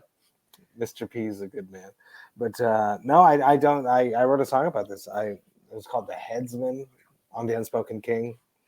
It was about what's that? The Giver, which is a book that I had to read. Yeah, I remember that. It was evolved upon that idea, and that falls into the how old are we supposed to live in the society, and yeah, it's who knows? It's fucked. It's obviously you want to spend every moment with everything that it's life, right? So. But I feel like when you start looking at other facets of life, like marriage, the idea of marriage, being married myself, been together with my wife for like 13 years, 20 plus myself. But it's a thing where, I think about the idea of, until death do us part. And it's like people were either being in arranged marriages, or if they got married, you're like 14, 15, and you're only going to live to be 25, maybe 30. So it's like, sure, but it's like the rest of your life, you kind of knew it wasn't that long. Sure, so, it's not that much suffering. It's not like now 80 years. Sure. And so to me, it's like, I have on another podcast I'm doing with Corey from God Forbid and Jackie that works kind of in the publicity press realm. Used to work at Metal Blade, I believe. I said something about that before. I was like, I don't know that marriages need to, like, I feel like marriages kind of should be, for lack of a better term, like phone contracts or something, where it's like every 5 years you check in and you're like, do you want to re-up? Do we want to keep going? Or like, have we just changed as people as we do? And maybe this just isn't like where we want to be anymore. And it's actually really healthy, I think. But the funny thing is like Corey more than Jackie was just like, dude, that's fucked up, because if you're going into a marriage thinking that, then you're looking for a safety net, like basically a way out at all times. And I'm like, I don't think it's looking for a way out. I think it's just being honest. Like, I think it's honest and healthy. I think that love can is something change. can change, and the evolution of love. I've been with my wife for over 20 years. She's now studying to be a librarian. We've gone through like a tough session of her finishing her research project, and our relationship has evolved, but we're still in love. But we've gone through some tough moments. But to look at things and to reevaluate these things as a couple and not feel trapped is a very modern approach to relationships. Because a lot of people feel trapped in their relationships. They can never ever change. And that's something else that we were talking about, me and my wife, is like the freedom of living a different lifestyle after 30, where you're an alternative lifestyle. I homeschool my children, we're vegans, we're the weird people. Like, we still like do, at least a little bit nowadays, it's a little bit more different. Career change happens more frequently. Back in the day, people would like work somewhere, work there forever. So like the idea of like living within my means and like having enough money to pay for my condo and living here long enough and then eventually paying it off and moving on is something that's crazy to people. Some people just like, oh no, you have 2 kids, you need a house, you have to reinvest, you have to blah blah blah blah blah blah blah. Buy the 2 dishwashers. If my friend ever listens to this, she's gonna laugh. Live now, live now. Why are you waiting till you're older? It's like, I am living. I've toured the globe multiple times. I'm gonna tour the globe again. I've lived more than half of my friends. It's the idea of you have to do more, you have to live safely, is something that is still baffling to me. Not taking chances. So I feel like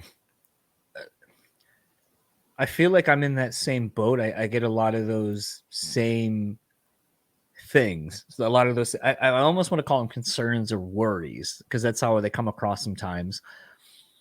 But I think the thing is like, my wife and I have decided we don't want kids. Mm-hmm. And a lot of people are like, oh, you're going to want kids. And I was like, no, like most of the women since I've been out of like high school, everyone that I've dated is just like, I don't really want kids. And if I ever really wanted a kid, I'd probably just adopt. Like, and so like the idea of like needing to carry on my legacy and all that shit, like just doesn't, it's not in me. But the thing is like, I feel like when people are like, well, you might change your mind. And, I didn't like other kids, but then I had mine. And I'm like, I don't, I'm going to say the thing that you're probably not supposed to say like out loud, but it's like, I'm selfish and I just want to do the shit I want to do. And like, there are times like, sometimes I have to call my district manager and talk to him about different stuff. And I can hear his kids crying in the background. And, he's like trying to have a conversation with me. And he's like, no, don't do that. Don't hit your sister, blah, blah, blah. And I'm like, fuck, that sounds awful.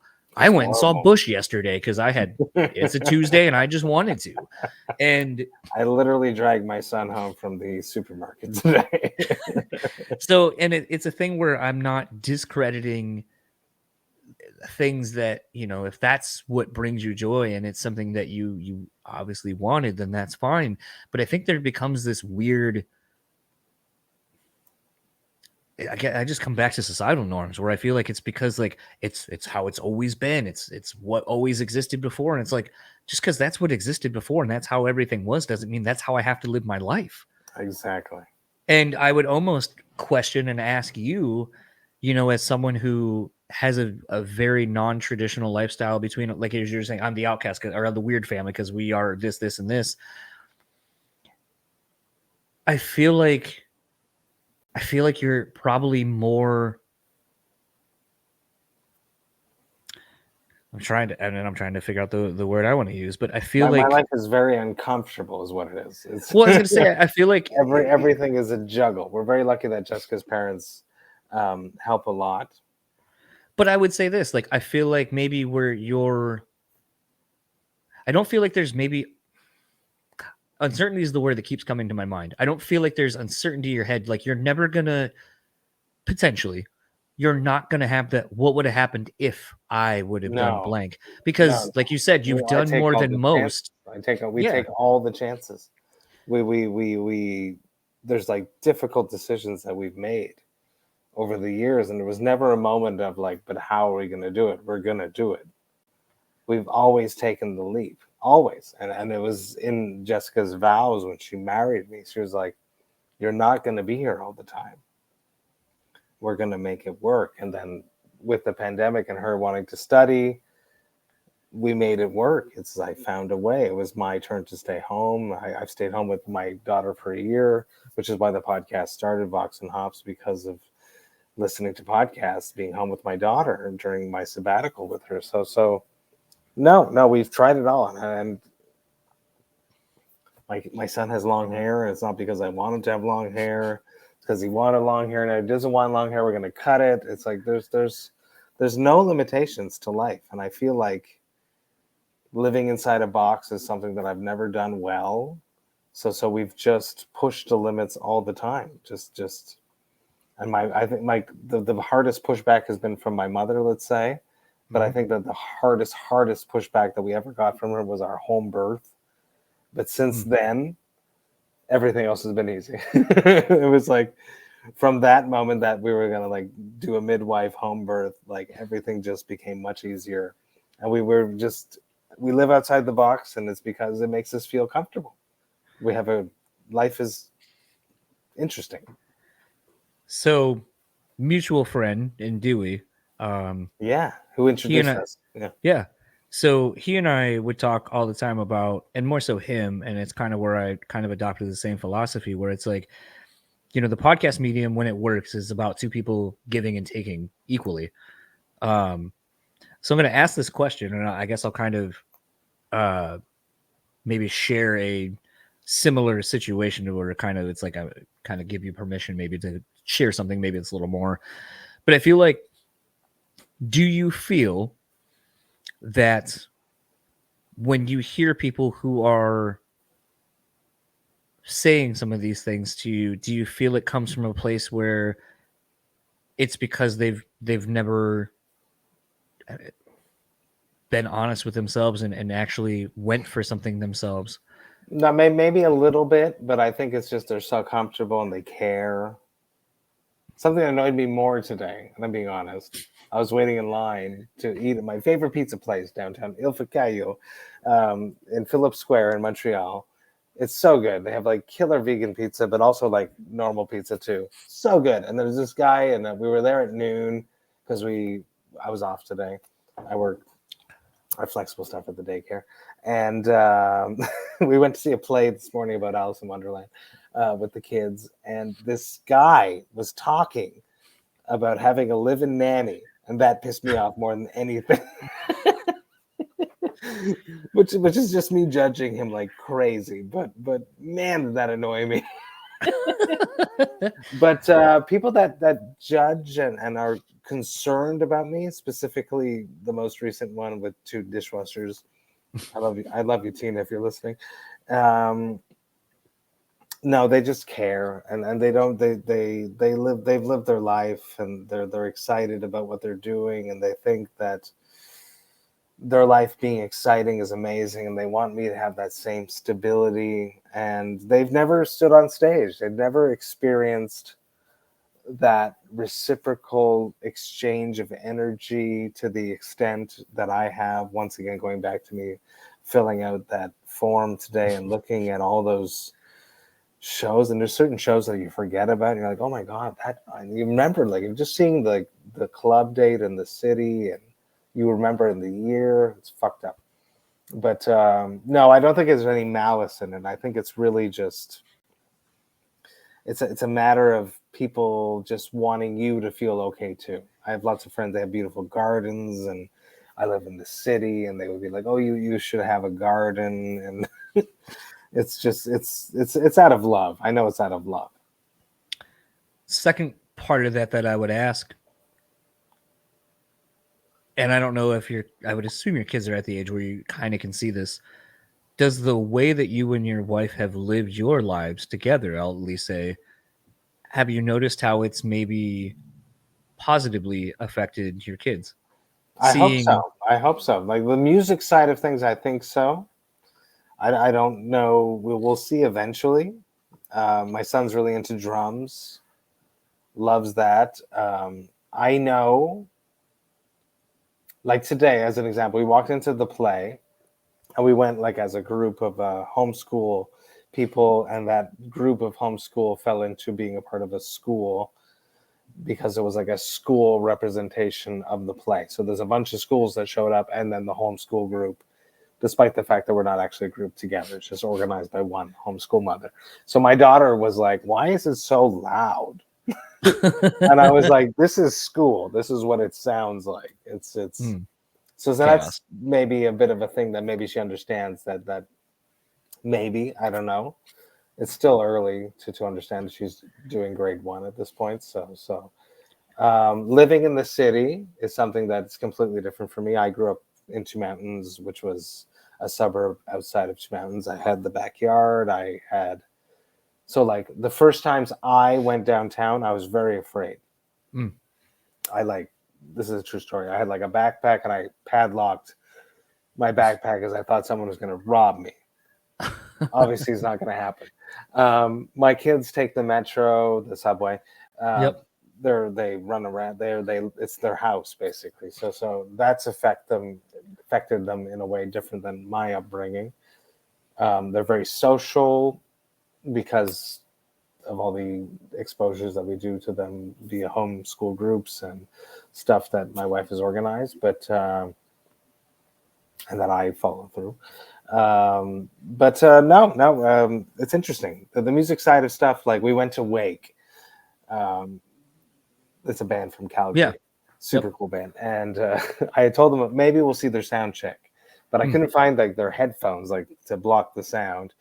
And the Wake dudes are really into beer, and there's like a really cool brewery next to called Harry Cannon, the venue that they played. We go there all the time with the kids. I was like, well, worst comes to worst, we're gonna go to Harry Cannon. We'll have a French fry. I'll talk to the guys, and we'll hang out a bit, and then we'll go home. And they're like so disappointed they didn't watch Soundcheck. I don't know how many kids like don't get like, you know, are not stoked that they didn't get to watch Soundcheck of Wake. So that's affected them in an interesting way. But musically, they're into it. It's cool. Like there's nothing that's off guard in my house. I don't like not listen to metal. I don't not listen to rap. Post rock, I listen to a lot of post rock. That's my rap. The way you like rap, I like post rock. Soundtrack music. Well, I think it's, and so to kind of share like a for instance, as I've gotten older, I remember like in recent years, you know, my parents have found religion again, and it's kind of been a separating topic. Oh yeah. It's a thing where, you know, I have, and again, going back to therapy, it's something where I kind of realized, I think it was, I hate minimalizing it to this, but it's like, it was the Band-Aid to like, for my brother who passed away, like when I was 2, it's like, it's the Band-Aid, like, oh, I'll see him back in the afterlife. If you were a shitty person, oh, well, you know, I can absolve my sins and now I'm forgiven and blah, blah, blah, blah, blah. And it's like, you're not really dealing with the things that have happened or you're done. You're just kind of putting a quick Band-Aid on it. And now you're just moving on like, okay, now I'm good. And there are other facets of therapy that I kind of realized, you know, there were sore points for me. And so in recent years, I'm super interesting, but I have to pee again. I'm sorry. Yeah, no, you're good. But I don't want to cut you off because I'm like listening and I'm like not listening and I don't want to do that. Yeah, no, you're good. How many times can Matt drop whatever that is? The answer, we may never know.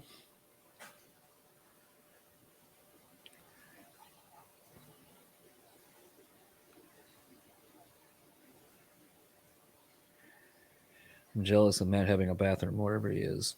I will probably have to use one soon.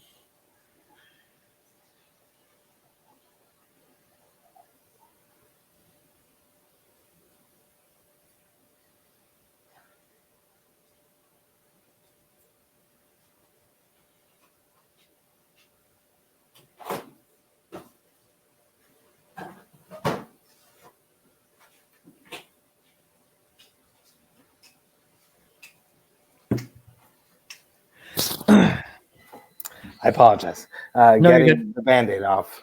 Yeah, no. So it was a thing where, you know, I was talking to my dad and, you know, he, you know, being heavily tattooed, it was a that was kind of where the conversation went, where he was like, I just don't know, if I don't want to say failed you, but basically it's like, I don't know what I did to make you feel like maybe you needed to do this or whatever, or I don't really know where, like, it's something to, so kind weird. of, I'm kind of paraphrasing like hell, but like, he was basically so saying American. I American, but it's so like tattoo is like art, like it's like it's so weird. It's not like blasphemous. I don't get that. No. Well, a long time ago, because their whole thing, especially in Christianity, is like, your body is your temple. Mm-hmm. So the way he phrased it once is he was like, I just, and this is well before I had as many as I do now. And so it was a thing, like, I remember he made the comment about like, well, I mean, your body's your temple and you're kind of defiling your temple. And then I just looked at him and I was like, your temple. And I go, honoring your temple. I go, can we agree that the Egyptians were probably the most like wanting to, like, everything they did was for their gods? Yeah. And he was like, yeah. And I go, what were the pyramids if not literally a temple to their gods? And what were all over those pyramids? Glyphics that told the story of that person and their journey and the story of the gods and so forth. And I go, so don't look at it as I'm defiling my temple. Look at it more from that perspective, where I've adorned my body with stories of my life and where I was. Everything, however dumb it may be, and there are some that are definitely dumb, I can pinpoint it back. Like, I was just in Utah and I broke my tooth. No, and you did a tattoo of it. Amazing. So I got a tooth of a tooth tattoo in Utah, so to commemorate my broken tooth. Amazing. It's dumb, but it's like, I like more money in Utah. Sure. So it's a thing where I was talking about that, and he brought it up, the tattoos again. It's somewhat recently, in the last like year or two, and I'd made a comment to him, and I was like, being born with a cleft lip and palate, being told when I'd go to get my yearly like checkups and reviews and so forth, like, and I don't know if I would hope they don't do this anymore to kids when you go get like to the doctors and go get their annual checkups and so forth, because the percentile. Yep, because it clearly has stuck with me. Because it would be like, here's normal. Yeah. Here's you. Yeah, that's my son. And and so it became this thing where, being born with a cleft lip and palate, like, I was reminded of stories my dad would tell me of like the doctor being like, oh, your son's never going to play sports. He's never going to do these things, and obviously I played all the sports and I did all the things. And it's a thing where, I was telling him, I was like, that mentally fucked me up for a while, where it's like, you're just being told by adults, professionals, well, you're not going to do this. You're not normal. You're not normal. You're not normal. And you're never going to be normal. So it's like, okay. Wow. So you don't feel like you belong anywhere. And then I moved from the East Coast to here in the Midwest. And especially at the time, like 95, 96, like a lot culturally was happening back then here in the States. Music was changing, going from the East Coast, where you're kind of near, like, I'm not going to say Delaware's a fucking hotbed for anything, but, we're close enough to like Philly, to New York, to Massachusetts, where people had friends and family where they would come back and bring culture to the area. And it was the thing where moving to the Midwest, it's like, I went from, I think that one of the biggest culture shocks for me was going to a school that was probably 60-40, like white to black, to then going to a school where I went the rest of my school year or school career, and there was like 3 black people in the entire district. Like, I was real. Two Mountains was like that. And so, I talk about these things. And so at one point, getting into sports like I did, Dennis Rodman was someone I really identified with, because he just felt like he never belonged. He came from, as I got to know more of his background, it's like, it was a dude who lived in Dallas, didn't have a mom. His sisters were basketball athletes, were highly recruited. He wasn't. Hit a huge growth spurt, grew to be like 6'8" in one summer, basically from like 5 something. Basically grew like a foot in a year. And yeah. And then, was recruited somewhat, went to college, went to community college, then gets drafted, goes to Detroit, and had a coach, had, the dream came true. And then it's like he had it all taken away, because that's just the politics and the business of basketball, where it's like, yeah, you were successful and this seemed like a great thing, but it's a business, and we're gonna fire your coach. We're gonna get rid of these players and da da da da. And then he goes to San Antonio after attempting to commit he's still kind of murky on that, whether he actually was going to use the shotgun and kill himself outside of the Palace of Auburn Hills. But he ended up getting traded to San Antonio, dyed his hair, became the Dennis Rodman we all know with tattoos and all that kind of stuff. And it was one of those people as a young kid that I saw him and I was like, this is someone who just wants to be themselves. Never feel like they fit in anywhere. So instead of trying to fit in, why not just embrace the weirdness, embrace not fitting in anywhere and just be who you want to be? You know, that's why when that book came out, Bad as I Want to Be, I really understood the title for what it was. I just want to be me, and I'm just going to be me. And to some people, that may be a bad person, but it's just me. And I told him, I told my dad, I was like, that's why I love that dude so much. That's what he embodies to me. That's why a lot of the musicians and the art that I take in that inspire me are people who just kind of did their own fucking thing. Like, you know, like I think I talked about this before. I have like a leg sleeve of like different musicians and such. And it's like, you know, I have Freddie Mercury on my leg, who was ostracized for his big teeth and like how he looked and all that kind of stuff. Now is arguably known worldwide as one of the greatest singers of all time. Steve Perry. A lot of people think he looked kind of weird. Whatever. I got Steve Perry. Don't stop believing, man. Killer vocalist.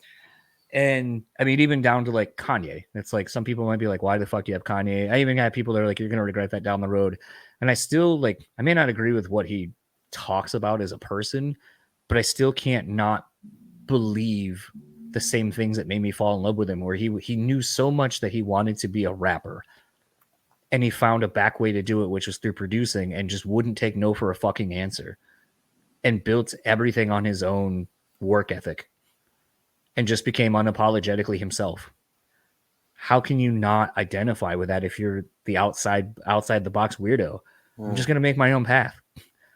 And I feel like at times, you know, and I explained that to my dad. I was like, I love people who have made their way through unconventional means, because I feel like that's where we've always been internally. We never felt like we fit in.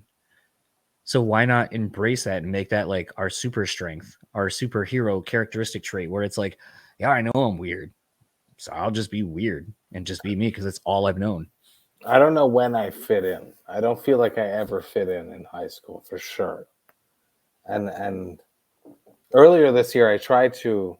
There's like stupid goals that you set, right? Mm-hmm. I want to speak at my high school. It's like such a stupid goal, but I want to do it. So I had the ball rolling, and I just never picked it up again. I had the principal in my email thread, and he was like interested in doing it. I had like this big article that came out this year from like a big Quebec news called the Urbania, that this guy followed me to a show and just hung out with me for a day.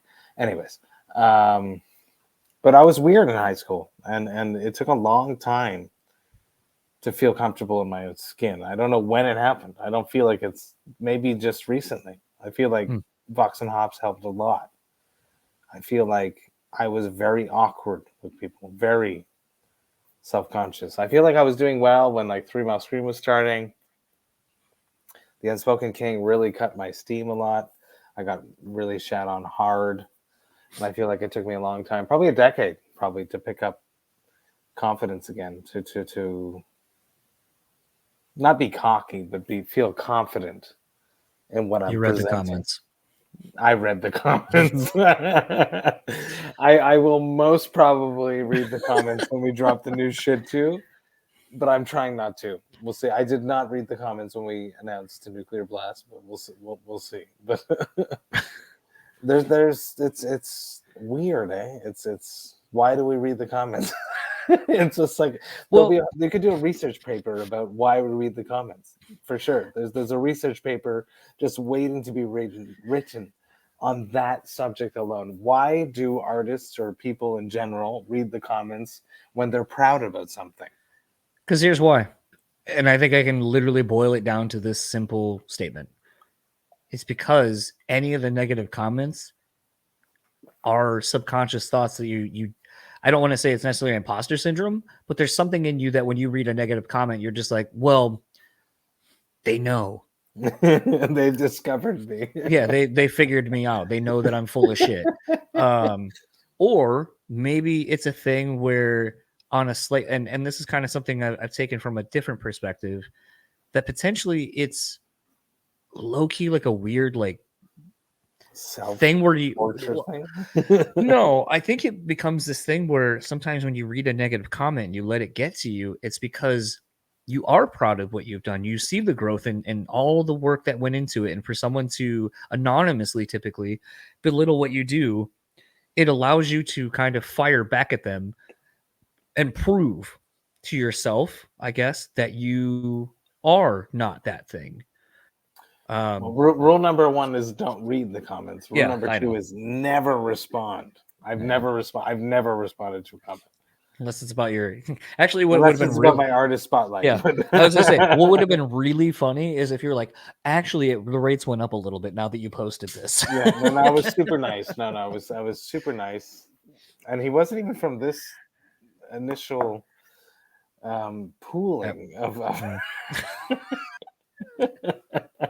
because I looked into that, but come on, I got a podcast. The podcast doesn't make itself. Come on. No, I do think that that's the interesting thing too. Is I'm low key jealous of people like and kind of going behind like back into behind like talking shop, talking baseball, how the sausage is made. You know, it's interesting too. Like there are times Dewey and I have talked where, you know, like when I was getting actually the graphic that's around here and the stuff I use for the show graphic. Very nice. I like the rebrand. Yeah, I mean, that's all thanks to Porter. Actually, this sort of runs into my love of hip hop because I was like, you know what? Like, I love Run DMC's logo. It's real easy. It's simple. It's easy to read. It's classic. It's timeless. I like the rebrand. Yeah. And some of the other things that we found were happy accidents, as Bob Ross would say. But it was a thing where, you know, I had asked Dewey, I was like, oh, how much did it cost for you to do the rebrand? And he was like, oh, I don't know. Like, I'm on the label, and the label just had, you know, the artist do it for me. And I don't know, they paid him. And I was just like, well, you can't tell me that I need to take my shit seriously and focus my money where it needs to be when, like, you have a label that literally took care of this thing for you. Like, I have to come up with this money on my own. So, like, that's not entirely the same thing. But I mean, like, I think that was also a really interesting eye-opening thing too when I was sort of being scouted by Sound Talent, or I should say when Dewey put the show in front of Shapiro, and was a thing where, you know, having him tell me like show's good, da da da da da, like that was all the validation I really needed. Like even if he didn't pick up the show, and he never does, or no one ever does, it's like the dude listened to it and was like, yeah, like this is like like it's on the level that we would put it out, and like to me that was enough. You should poke them again because they probably pick you up now. Oh, my numbers are fucking abysmal after the pandemic. Is that true? Laughably bad. Like, feel like there's a big change, yeah. So it's weird, like, and like this is the thing where like this might be my worst beer I've had out of the three. What is that? Yeah. You didn't even introduce it at all. Yeah, I also snuck a third one in too, though. Yeah, it's oatmeal raisin milkshake stout from the Rochester Mills holiday pack they put out every year. The 12 days of milkshake stout. Not really good. I'm drinking a Pils from Mavra City, where I went to with Chris Jonathan because he's producing Atrebiris, which is a brewery, which is a band from BC, which were Fox and Hops alumni. He's switching beers. Switch the beers. So now, yeah, I'm switching beers now because that was terrible. I'm not going to drink it. So I'm going to go with a different one. It's from a band Winterfall. They were supposed to come on the podcast, especially because they had put nice. Yep, they're supposed to come on and you just never did. So they sent me beer and a T-shirt, and it's whatever. There you go. I like those beers. Yeah, I would get a lot more of those beers if I lived in the United States. It's actually people are really trepidatious about sending spirits and beers, and I'm like, it's illegal. It's illegal, and we will not talk about encouraging people doing it, John. But they can send us snow globes, or canned preserves, or pickles, or what else have I seen people talk about doing? Snow globes work well, and I find it funny. I think my favorite is that I have friends in the military, and I send them canned seltzers. Canned seltzers. Oh yeah. Yep. So it is. Yeah, seltzers and sodas that they can't get where they're stationed at. Wow. Okay. Yeah. Um, no, I was gonna say like it's been really weird because like pre-pandemic, kind of at the height of the show, we were pulling in, or I always say we, and it's me. Another weird thing that we do where you're like, it's we, and you're like, it's Yeah, literally it's me. the brand. Yeah. But I was pulling in close to like probably 17 on average, about I would say like a good average is about like just under 18,000 downloads a month. And Yeah. yeah, for me. And then like where I think the show started being better, like longer Isn't chats that weird though? Yeah. instead of it being like 20-30 minute press junket type shit, went to more of like an actual conversation with, I would think a consistently better set of guests, consistently. And then like right before the pandemic and when the pandemic hit, it's like it just dropped off hard. We're like, to the point where I'm like, where did like 14,000 people go? Yeah. Yeah. Like that'd be like playing, like it's like the Motley Crue effect where I'm like, I'm playing arenas and I can't even fill them, and now I can barely fill a fucking club. Like where did everyone go? And like the weirder part is, people are not driving to work. Is that it? well, and that was what Dewey was That's what I saying. told myself. Yeah. Well, Dewey had kind of said, he goes, I think it's more of like touring went away, so people don't want to hear band stuff when there's not an album or a tour to really get excited about. And I said, yeah, but like if the show, like I go, but that would be like like people not listening to your show because it's all music based. And he goes, well, yeah, I had like an uptick sort of in listenership at that point because like people just had time at home to listen to stuff. So I was like, so again, I don't know. I don't really get a lot of feedback a lot of the time, so I don't know what happened. I still don't. And it's been a thing where I feel like Dewey and Doc Coyle and Jasta, they have the staple, the names that people listen to. So I guess, and so it's just a thing where a lot of times, like in the last couple of years, it's been almost going back to where the show started, where it's like I'm just doing it for me. Like at this point, like I mean the numbers or whatever, like I'm back into probably like maybe like 500 ish. Like in a month, I'll probably pull about like 2,500 in a month. So, but I mean, like still, that's like almost like a 14,000, like 1,400, 14,000 person drop off, and it's like that's a fuckload of people that just stop listening. I wish I could figure out where they went or what happened or what I could do to get them back, but it's a thing where it's like, okay, like, and again, as Dewey has said, okay, if 300-400 people were to show up to your fucking like a venue, dude, he told me those exact words, and it's been resonating in my mind. Like anytime I look at any stats that I got there, it's his words that resonate in my mind. Imagine you have this conversation, you open your back door, and this amount of people show up. It feels good. That's amazing. And I will say, like, the one thing that I've kind of have always preached, like there was someone that commented on a couple of YouTube videos the other day. They were like, how are there not any more views on this? And I was like, I feel like YouTube is tough. I feel like it's funny because like sometimes the YouTube, like there are some that I know will do that'll crush on YouTube, and I know like the actual episode not going to do super great, but then there are also the adverse where it's like something kills on the audio and then the video version just flops. And depends it's like, how it's shared, right? It's like I always push people to my website. I want the guests to share the website. Which I was on this thing and I've kind of maybe shot myself in the foot, and I feel like just such an old man being like, "Oh, get off my lawn" type shit. But it becomes this thing where, I was trying to do the TikTok thing, I was trying to do the Instagram reels, I was trying to create content and like clip out little parts that I thought were cool. Yeah. And then I'd be like, why 13 people watch this over the course of a week.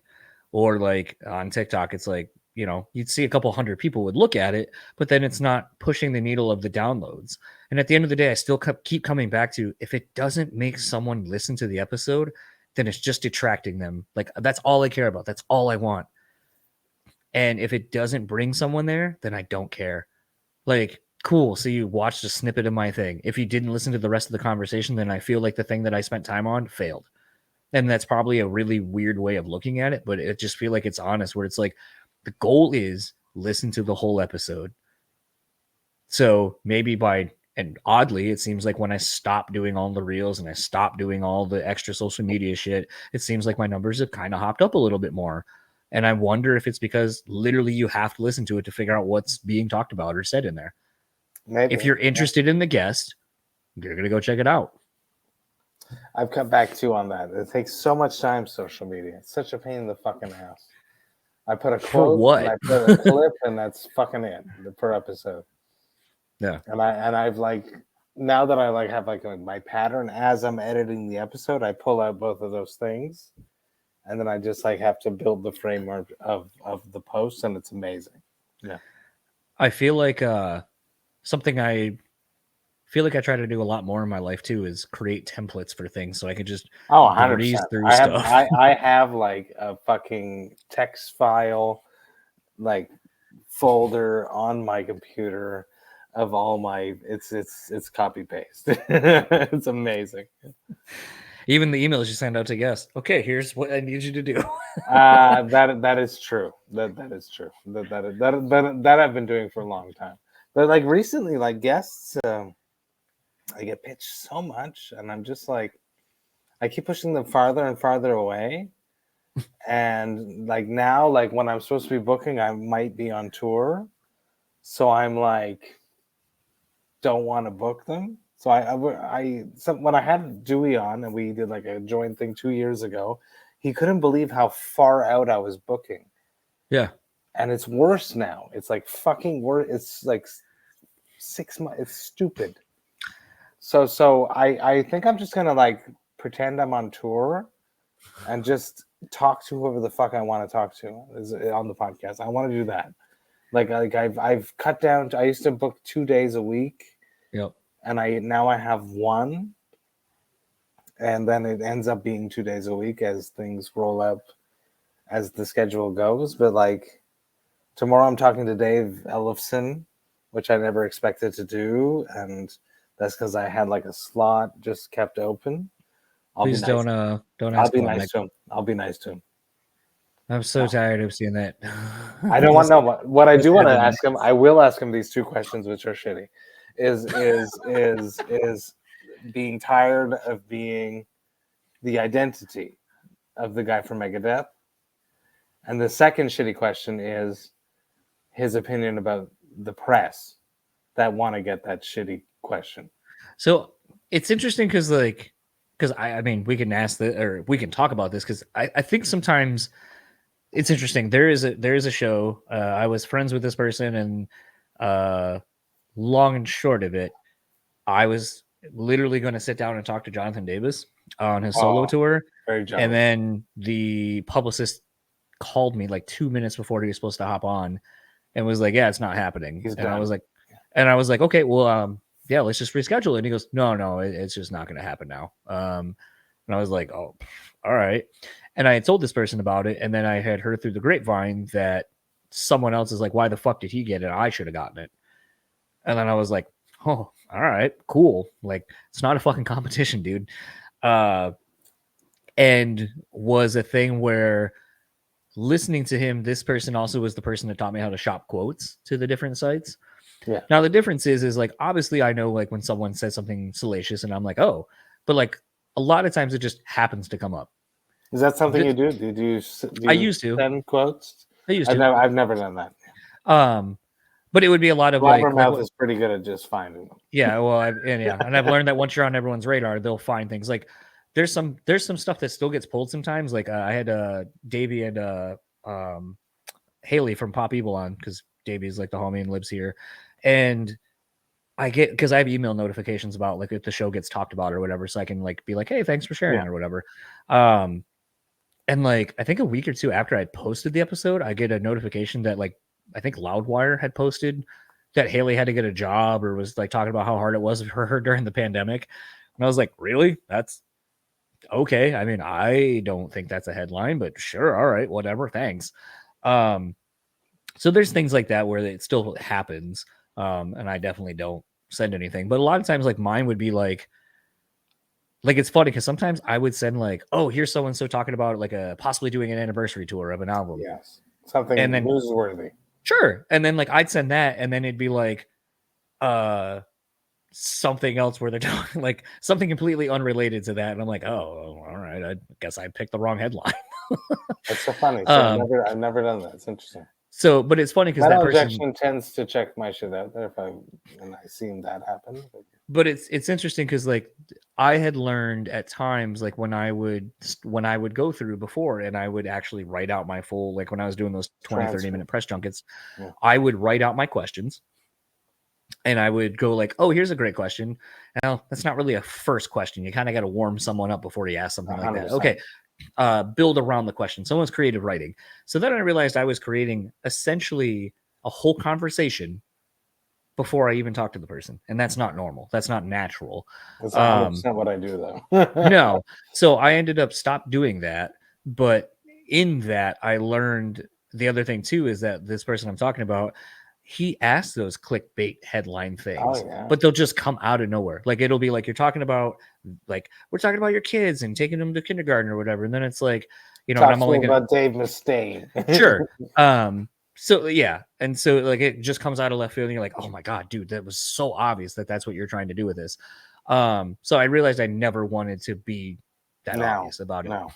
But the flip side of that is the question I would ask Dave if I ever had him on, and I'm sure I could probably get him, 100%. but I just don't know how. Because I would ask this from the perspective of like I just want to know as a person to a person, but I know the thing is if I were to ask this, it'd be really shitty because there's just no way of asking it without being like talking and bringing up a shitty thing. But it'd be like, so in the day and age that we live in now, with where basically anything can be used against you in an online forum. So like, you know, someone was like, I was reminded someone was shared a screenshot of somebody else's the other day at my job, and someone's like, oh, and tried playing it off like they didn't know that I had already seen their text to this other person because I didn't tell them I had. And I'm like, 100%. Like someone once was like, well, how would you like it if someone shared your screenshotted what you said? And I go, well, I would just tell that fucking person. I would own it up to it, first of all. Like, chances are, though, I've also said these things to that person. So it wouldn't come as a giant shock. But I just assume anyone will screenshot anything for leverage at any point. I think that it's because we are younger and in this day and age. Yeah. I know where you're going with this. And so my question would be to him, you know, obviously what happened, and I would, you know, and I would phrase it this way where I'm not going to be fucking shitty about it, but I'd be like, obviously the thing that happened to you. Now, when it happens, obviously this is a huge breach of trust. It's possibly a lot of other things. What goes through your mind when it's happening that something that was very private between two people now is shared across the board for everyone to see and to judge you and to ridicule you and all that? How do you overcome that as a person? Because that is something so intimate and private, no pun intended, between two people that I just don't understand what it's like to have to go through that. And I'm sure that moment that he like realized what happened there, he was not happy. I'm sure it was like pure panic, like pure panic. Sure. But like it becomes this thing where, you know, I would say by and large, anyone I know that's ever met the dude, he's the nicest guy, the most giving guy, the most generous guy with his time and all that kind of stuff. That it's like now your whole public persona has been changed from one event over the course, and it changed the whole dynamic of your 30-40 year career. Especially because it happened in this modern day and age of the internet. Yeah. And it's like, does it end up tarnishing his reputation? I don't think so. I don't think necessarily tarnishing people are going to forget after so many years. They're Megadeth. They're going to bring him back. You know this is going to happen. You think so? 100%. Do you really think that what ended up happening? I think money talks, and it's going to be 10 years, 7 years down the line, the final tours, he's going back 100%. Fair enough. It's Just just one of those money things where talk. yeah, it's one of those things to me where I just feel like, because then the flip side of it would be, because obviously, you know, he was let go Maybe, for do you different think they wanted reasons. to get rid of him and this just made it feel easy? I don't know. I mean, again, those are the awkward conversations that we keep seeing the headlines I'm discussing, definitely sort not of. asking any of those questions because honestly, I'm not a Megadeth fan and I don't fucking care. But my question I would want to talk be, to him about him, his identity, and his life, and sure. My last question on that would just simply be, you know, you had already left the band once before, and it seemed like you were never coming back. Seems that way now. Do you feel like, in light of how everything transpired to where you rejoined the band down the line, I'll do definitely you ask him if he'll do a final tour. there you go. Because I'll I think, like, definitely to ask me, that. that would showcase, and I think would be more the human side of things, which I would like to know, which is, obviously people change, as we have said, and that if there really was a connection and a friendship there, then it should be able to be mended over time. And even if there isn't a friendship there, There's money. there's not money, but the connection to the music and the legacy of what he's helped build. Yeah. The friendship is Dave Mustaine's hard to be a friend with, I think. Maybe. I don't know. We'll find out. But I don't know. It's interesting, but like it's a thing where sometimes I feel like for a guest like that, I feel like it'd be very hard for me not to want to broach that subject just as a person talking to another I'll person. definitely, I know myself, I'm definitely gonna ask him if he'll do, like, if there's enough money. Not the money doesn't matter. He's not gonna say yes to that. But like the legacy of his contribution to the band. Yeah. I'm gonna poke him about that for sure. Those are the three things about Megadeth. Everything else is gonna be about his new band that I'm less interested about. But the fact that the band is a little bit more intense is also interesting. It's funny because like this situation sort of reminds me of when I got into a lot of hot water over having one of Phil and Samo's band members on my podcast. Oh, yeah. Yeah. Do you remember? You might have remembered this headline. Again, this wasn't one I shot. This just was found footage. I was talking to Blue, their drummer for Phil and Samo and the Illegals. Yeah. And he was actually, I think, getting his like vehicle worked on or something, or like the band, or I don't know, something. He was at somewhere where he just was stuck there because his shit was getting worked on. And so toward the end, I was just like, so I have a question, and like, you don't have to answer this, you know, if you don't want to, but like, as someone who just tries to think about what it'd be like to be in someone else's shoes for a little bit, you know, obviously the thing happened with Phil that everyone knows about, that everyone's upset about, which was the Dime Bash thing. And again, I'm very good at saying like the thing, but like not addressing. So like even like when I had Tim Ripper Owens on, and I was like, you know, I wanted to ask about, was he receiving a lot of shit for John Schaefer at the Capitol riots? Yeah. And he was like, oh yeah, absolutely. And then he like mentioned John by name. I didn't mention the thing by like name. And I was like, all right. I was trying to be like courteous and just not say it, but like get you to understand what I'm saying. Yeah, sure. And so it was a thing where, because I mean, like I said, these are things I think about. And so I had made the comment to Blue, and I was like, when all that happens, what goes through your mind where this dude's just being like taken to town and you're in 3 different bands with him? Are you like, shit, my career's over and I had nothing to do with it? You're riding his coattails. And it became this thing where he was like, you know, I think it's horseshit.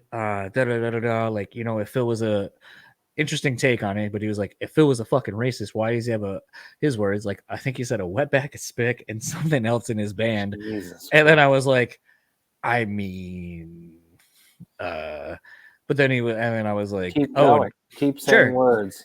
Yeah, no, and he did. And then like the thing is I remember like, obviously everyone picked up and ran that fucking the whole paragraphs of like what he was saying. But I think like that's the thing, is like it came from a genuine place of wonderment of like, what does it look like when your whole career could go down the fucking crapper and you literally did nothing wrong? You had nothing to do with it. You're just by proximity with this person and you happen to be in 3 different bands with him. Like your whole livelihood's gone and tarnished. Like, what does that look like? Do you fear for your career, like being as a touring musician, where we know that, like, especially at that point, they're not playing stadiums, they're not playing with fucking Metallica. Like the best thing that they got was on They that. are now. Well, he's not. Phil is. Yeah, he is. Yeah, but like it was a thing where he had talked about that, and then like the next day I get an email from the publicist. It's like, hey, you need to take any mention of Phil out of your like episode descriptions. And I was like, I'm sorry that Phil named the whole fucking band his whole name. Like the band name was Philip H. Anselmo and the Illegals. Yeah. Like, and also the damage is done. Like, what do you want me to do about it? And I just remember like, I think Blue had texted me or whatever and was like, because they were on tour at that point, I think actually, and he was like, Phil actually was like, he's not upset. He's actually really thankful that we had a platform to speak my truth and who I think who Phil is as a person and da da da da da. And I was like, well, that's good. I'm glad he's not mad at you. And then I had a conversation with Matt from King Parrot like the next day after that. Yeah. Great dude. Love him and so I had kind of asked him something similar just because I was like, you guys you're not even here in the States. So like a lot of your career is based on being signed to housecore. Yeah. And the touring opportunities that Phil can drum up for you guys. Same thing. Were you worried that like now some of your international traveling or international touring capabilities would be taken away because of your proximity to housecore and Phil? And, he answered the question honestly. And then I got a message from Matt that was like, please take that part out. I don't want to be involved. Like, because they were on tour at that point. And he was just like, I don't want to like get any of this fucking shit because it is a shitstorm right now on this tour. And I was like, sorry. sorry. I had like just a question. I guess I'll kind of leave because it seems like you're having to get ready to go. So I'll leave you with this question. Is there something that was said on your show where you had asked a question and it got someone into some trouble? Don't have to mention names. Only once. That you had to apologize for. No, I didn't have to apologize, but I did have to cut out a whole section. And it's only happened once from a longtime friend about longtime friends that she used to be in a band with, and people that listen will figure that out. I respect it and I cut it out because it was a big artist, and I was stoked to finally have her on the podcast. I wish that this section she had said was on the podcast. It was cool. It was heavy, and then like more things that the manager like asked. It's the only time it's ever happened that a manager asked me to cut stuff out, but they wanted to listen to it before it was aired, and they like gave me like time codes that I had to cut. It was a great episode, and it's in my mind. I've heard it all. There's a second time which me and Ollie were way too drunk, but that whole episode is gone, and we had to re-record it. I think most recently, sometimes I think that's the other thing too, is having integrity to know when something should come out. I cut a lot of that stuff out, a lot. Yeah. I ended up doing that for my Sergio from now ex Deftones. We were having the episode as you heard it, as I put it out, was what I wanted. There was a weird about 20 minutes toward the very end where he went into, and the person I was talking about that gets all the headlines and creates them, he broke the news that I didn't take, that I cut out. Because I always am, usually when I do press, I'll say I want them first or I want them last, because I want them to be excited and they haven't been beaten down, or they know it's the last one they're doing, so they're kind of refreshed again, second wind. And so I got the first one, and we were talking about finding yourself through community and music and just having a great conversation about all these things. And then out of nowhere, he just starts talking about his split with Deftones and how Chino was trying to get him to join the band when he was filling in like a decade or so before, and contract disputes and all this shit. And I was like, and then I realized, because like we can see us doing this, and I realized that like in my head I was like, I don't give a shit about this. How the fuck did we get here? And I was like, did I ask him? Like I'm literally like having this internal monologue of like, did I ask him any of this? And then I look up and I realize that you can just see probably like me thinking and not listening to him. And I was like, oh shit, I got to look at, like, I'm interested in this. Yeah. And then I was just trying to find ways to segue out of it, and he would just keep bringing it back to like Dirt with the Deftones, and I'm like, This is why dude, he's not there. yeah, and I was like, dude, I don't care. Yeah. I don't want this in here. And it was real fucking awkward. And then I was just like, all right, well, see you later, bye. We gotta go. But like that was one of the few times I had to be like, and when we were done, I was just like, I don't think I want that in there. Can I cut around it? Always. Well, sometimes when you bring up something and it kind of keeps when it's like brought up in the shit that you want to cut out, You and can then you always kind of just re-record your side and just guide the conversation. I've done that. I've 100%. I just literally did that because anyway, I'm not going to tell you why, but I went to a friend's birthday party and the episode was useless because I had a good time and kept having a good time. That's all I'm going to say. Fair enough. Well, I guess in wrapping up, a fun thing I like to do to kind of close out the episodes, well, you don't know this maybe, but one of our sponsors is Rockabilia. Yeah. You know, they have a ton of band merch. And so a fun thing I've been doing is like a segment for them to kind of post on our socials because it's a fun story. I usually like to ask, what is your favorite piece of band merch? Either that you have or had. I've had a killer Mr. Bungle shirt. It was yellow, which was like so not metal, right? But with like the California art. What a great 100%. Record. Love it. Yeah. I hope Rockabilia has that. If not, then this is useless for you. But I can find it online, I'm sure. I love that shirt. It was amazing. And the California is amazing. It's just the best Mr. Bungle record for myself. It's got everything you want. It's got crooning, Mike Patton. It's got the weirdness, the retro vertigo. One of my favorite songs ever. I'm trying to, and I think it was the single, because I'm gonna look it up now because I hate that thing where everyone's like, "Oh, you got the fucking song wrong." No, I was right. Pink Cigarette. What a fucking picture, that fucking video. Yeah. Oh, what a great fucking video. Man, it's funny. It's so weird. Like, kind of speaking to therapy and stuff like that, I've kind of also been leaning more into like realizing when life you'll think about something, you're like, oh, that's weird. I thought about that today. And then like life will kind of bring it back to you. So I was just thinking about, because I saw Spencer from Periphery was at the Sick New World thing, posted the Mr. Bungle footage from Sick New World. And I was like, man, I need to see them one day. But like, it kind of sucks that they're only doing like the EP and the newer stuff they're working on, which is fine. But like, I would like to hear some stuff from, don't get me started on Mr. Bungle, and they're not doing the good shit. They're only doing that old shit. Don't get me started. I know. So it's a thing. See the old school. I want to see old school Mr. Bungle. I don't want to see this new shit. But it's a thing where, like, I've been thinking a lot about Mr. Bungle the last couple of days since that post, and I was like thinking today. Actually, yesterday I was listening to Pink Cigarette because I watched the video. I want that. I don't want thrash Mr. Bungle. I want. No. Jesus Christ! Go play Anthrax. Don't play Mr. Bungle. Don't get me started.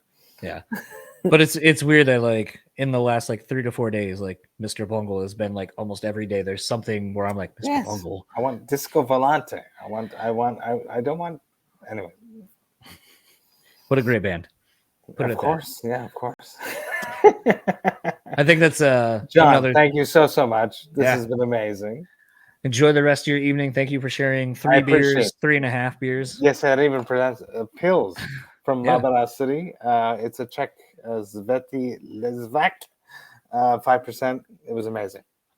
And where can everyone find you or anything you would like to plug on? voxandhops.com, cryptopsy.ca. Go check it out. The new Cryptopsy is coming out soon. There'll be lots of announcements of that in early July from what I've heard so far. We have a full-length album, 37 minutes of pure Cryptopsy coming in your direction. Vox and Hops drops at least 1 episode a week, voxandhops.com.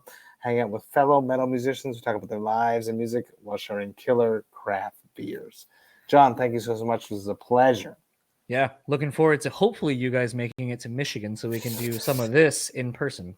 September, hypothetically, we'll see. Okay, that's my birth month, so enjoy the rest of your evening. Thank you so much. Yeah. I forgot I'm on my laptop and not my actual computer to end recording.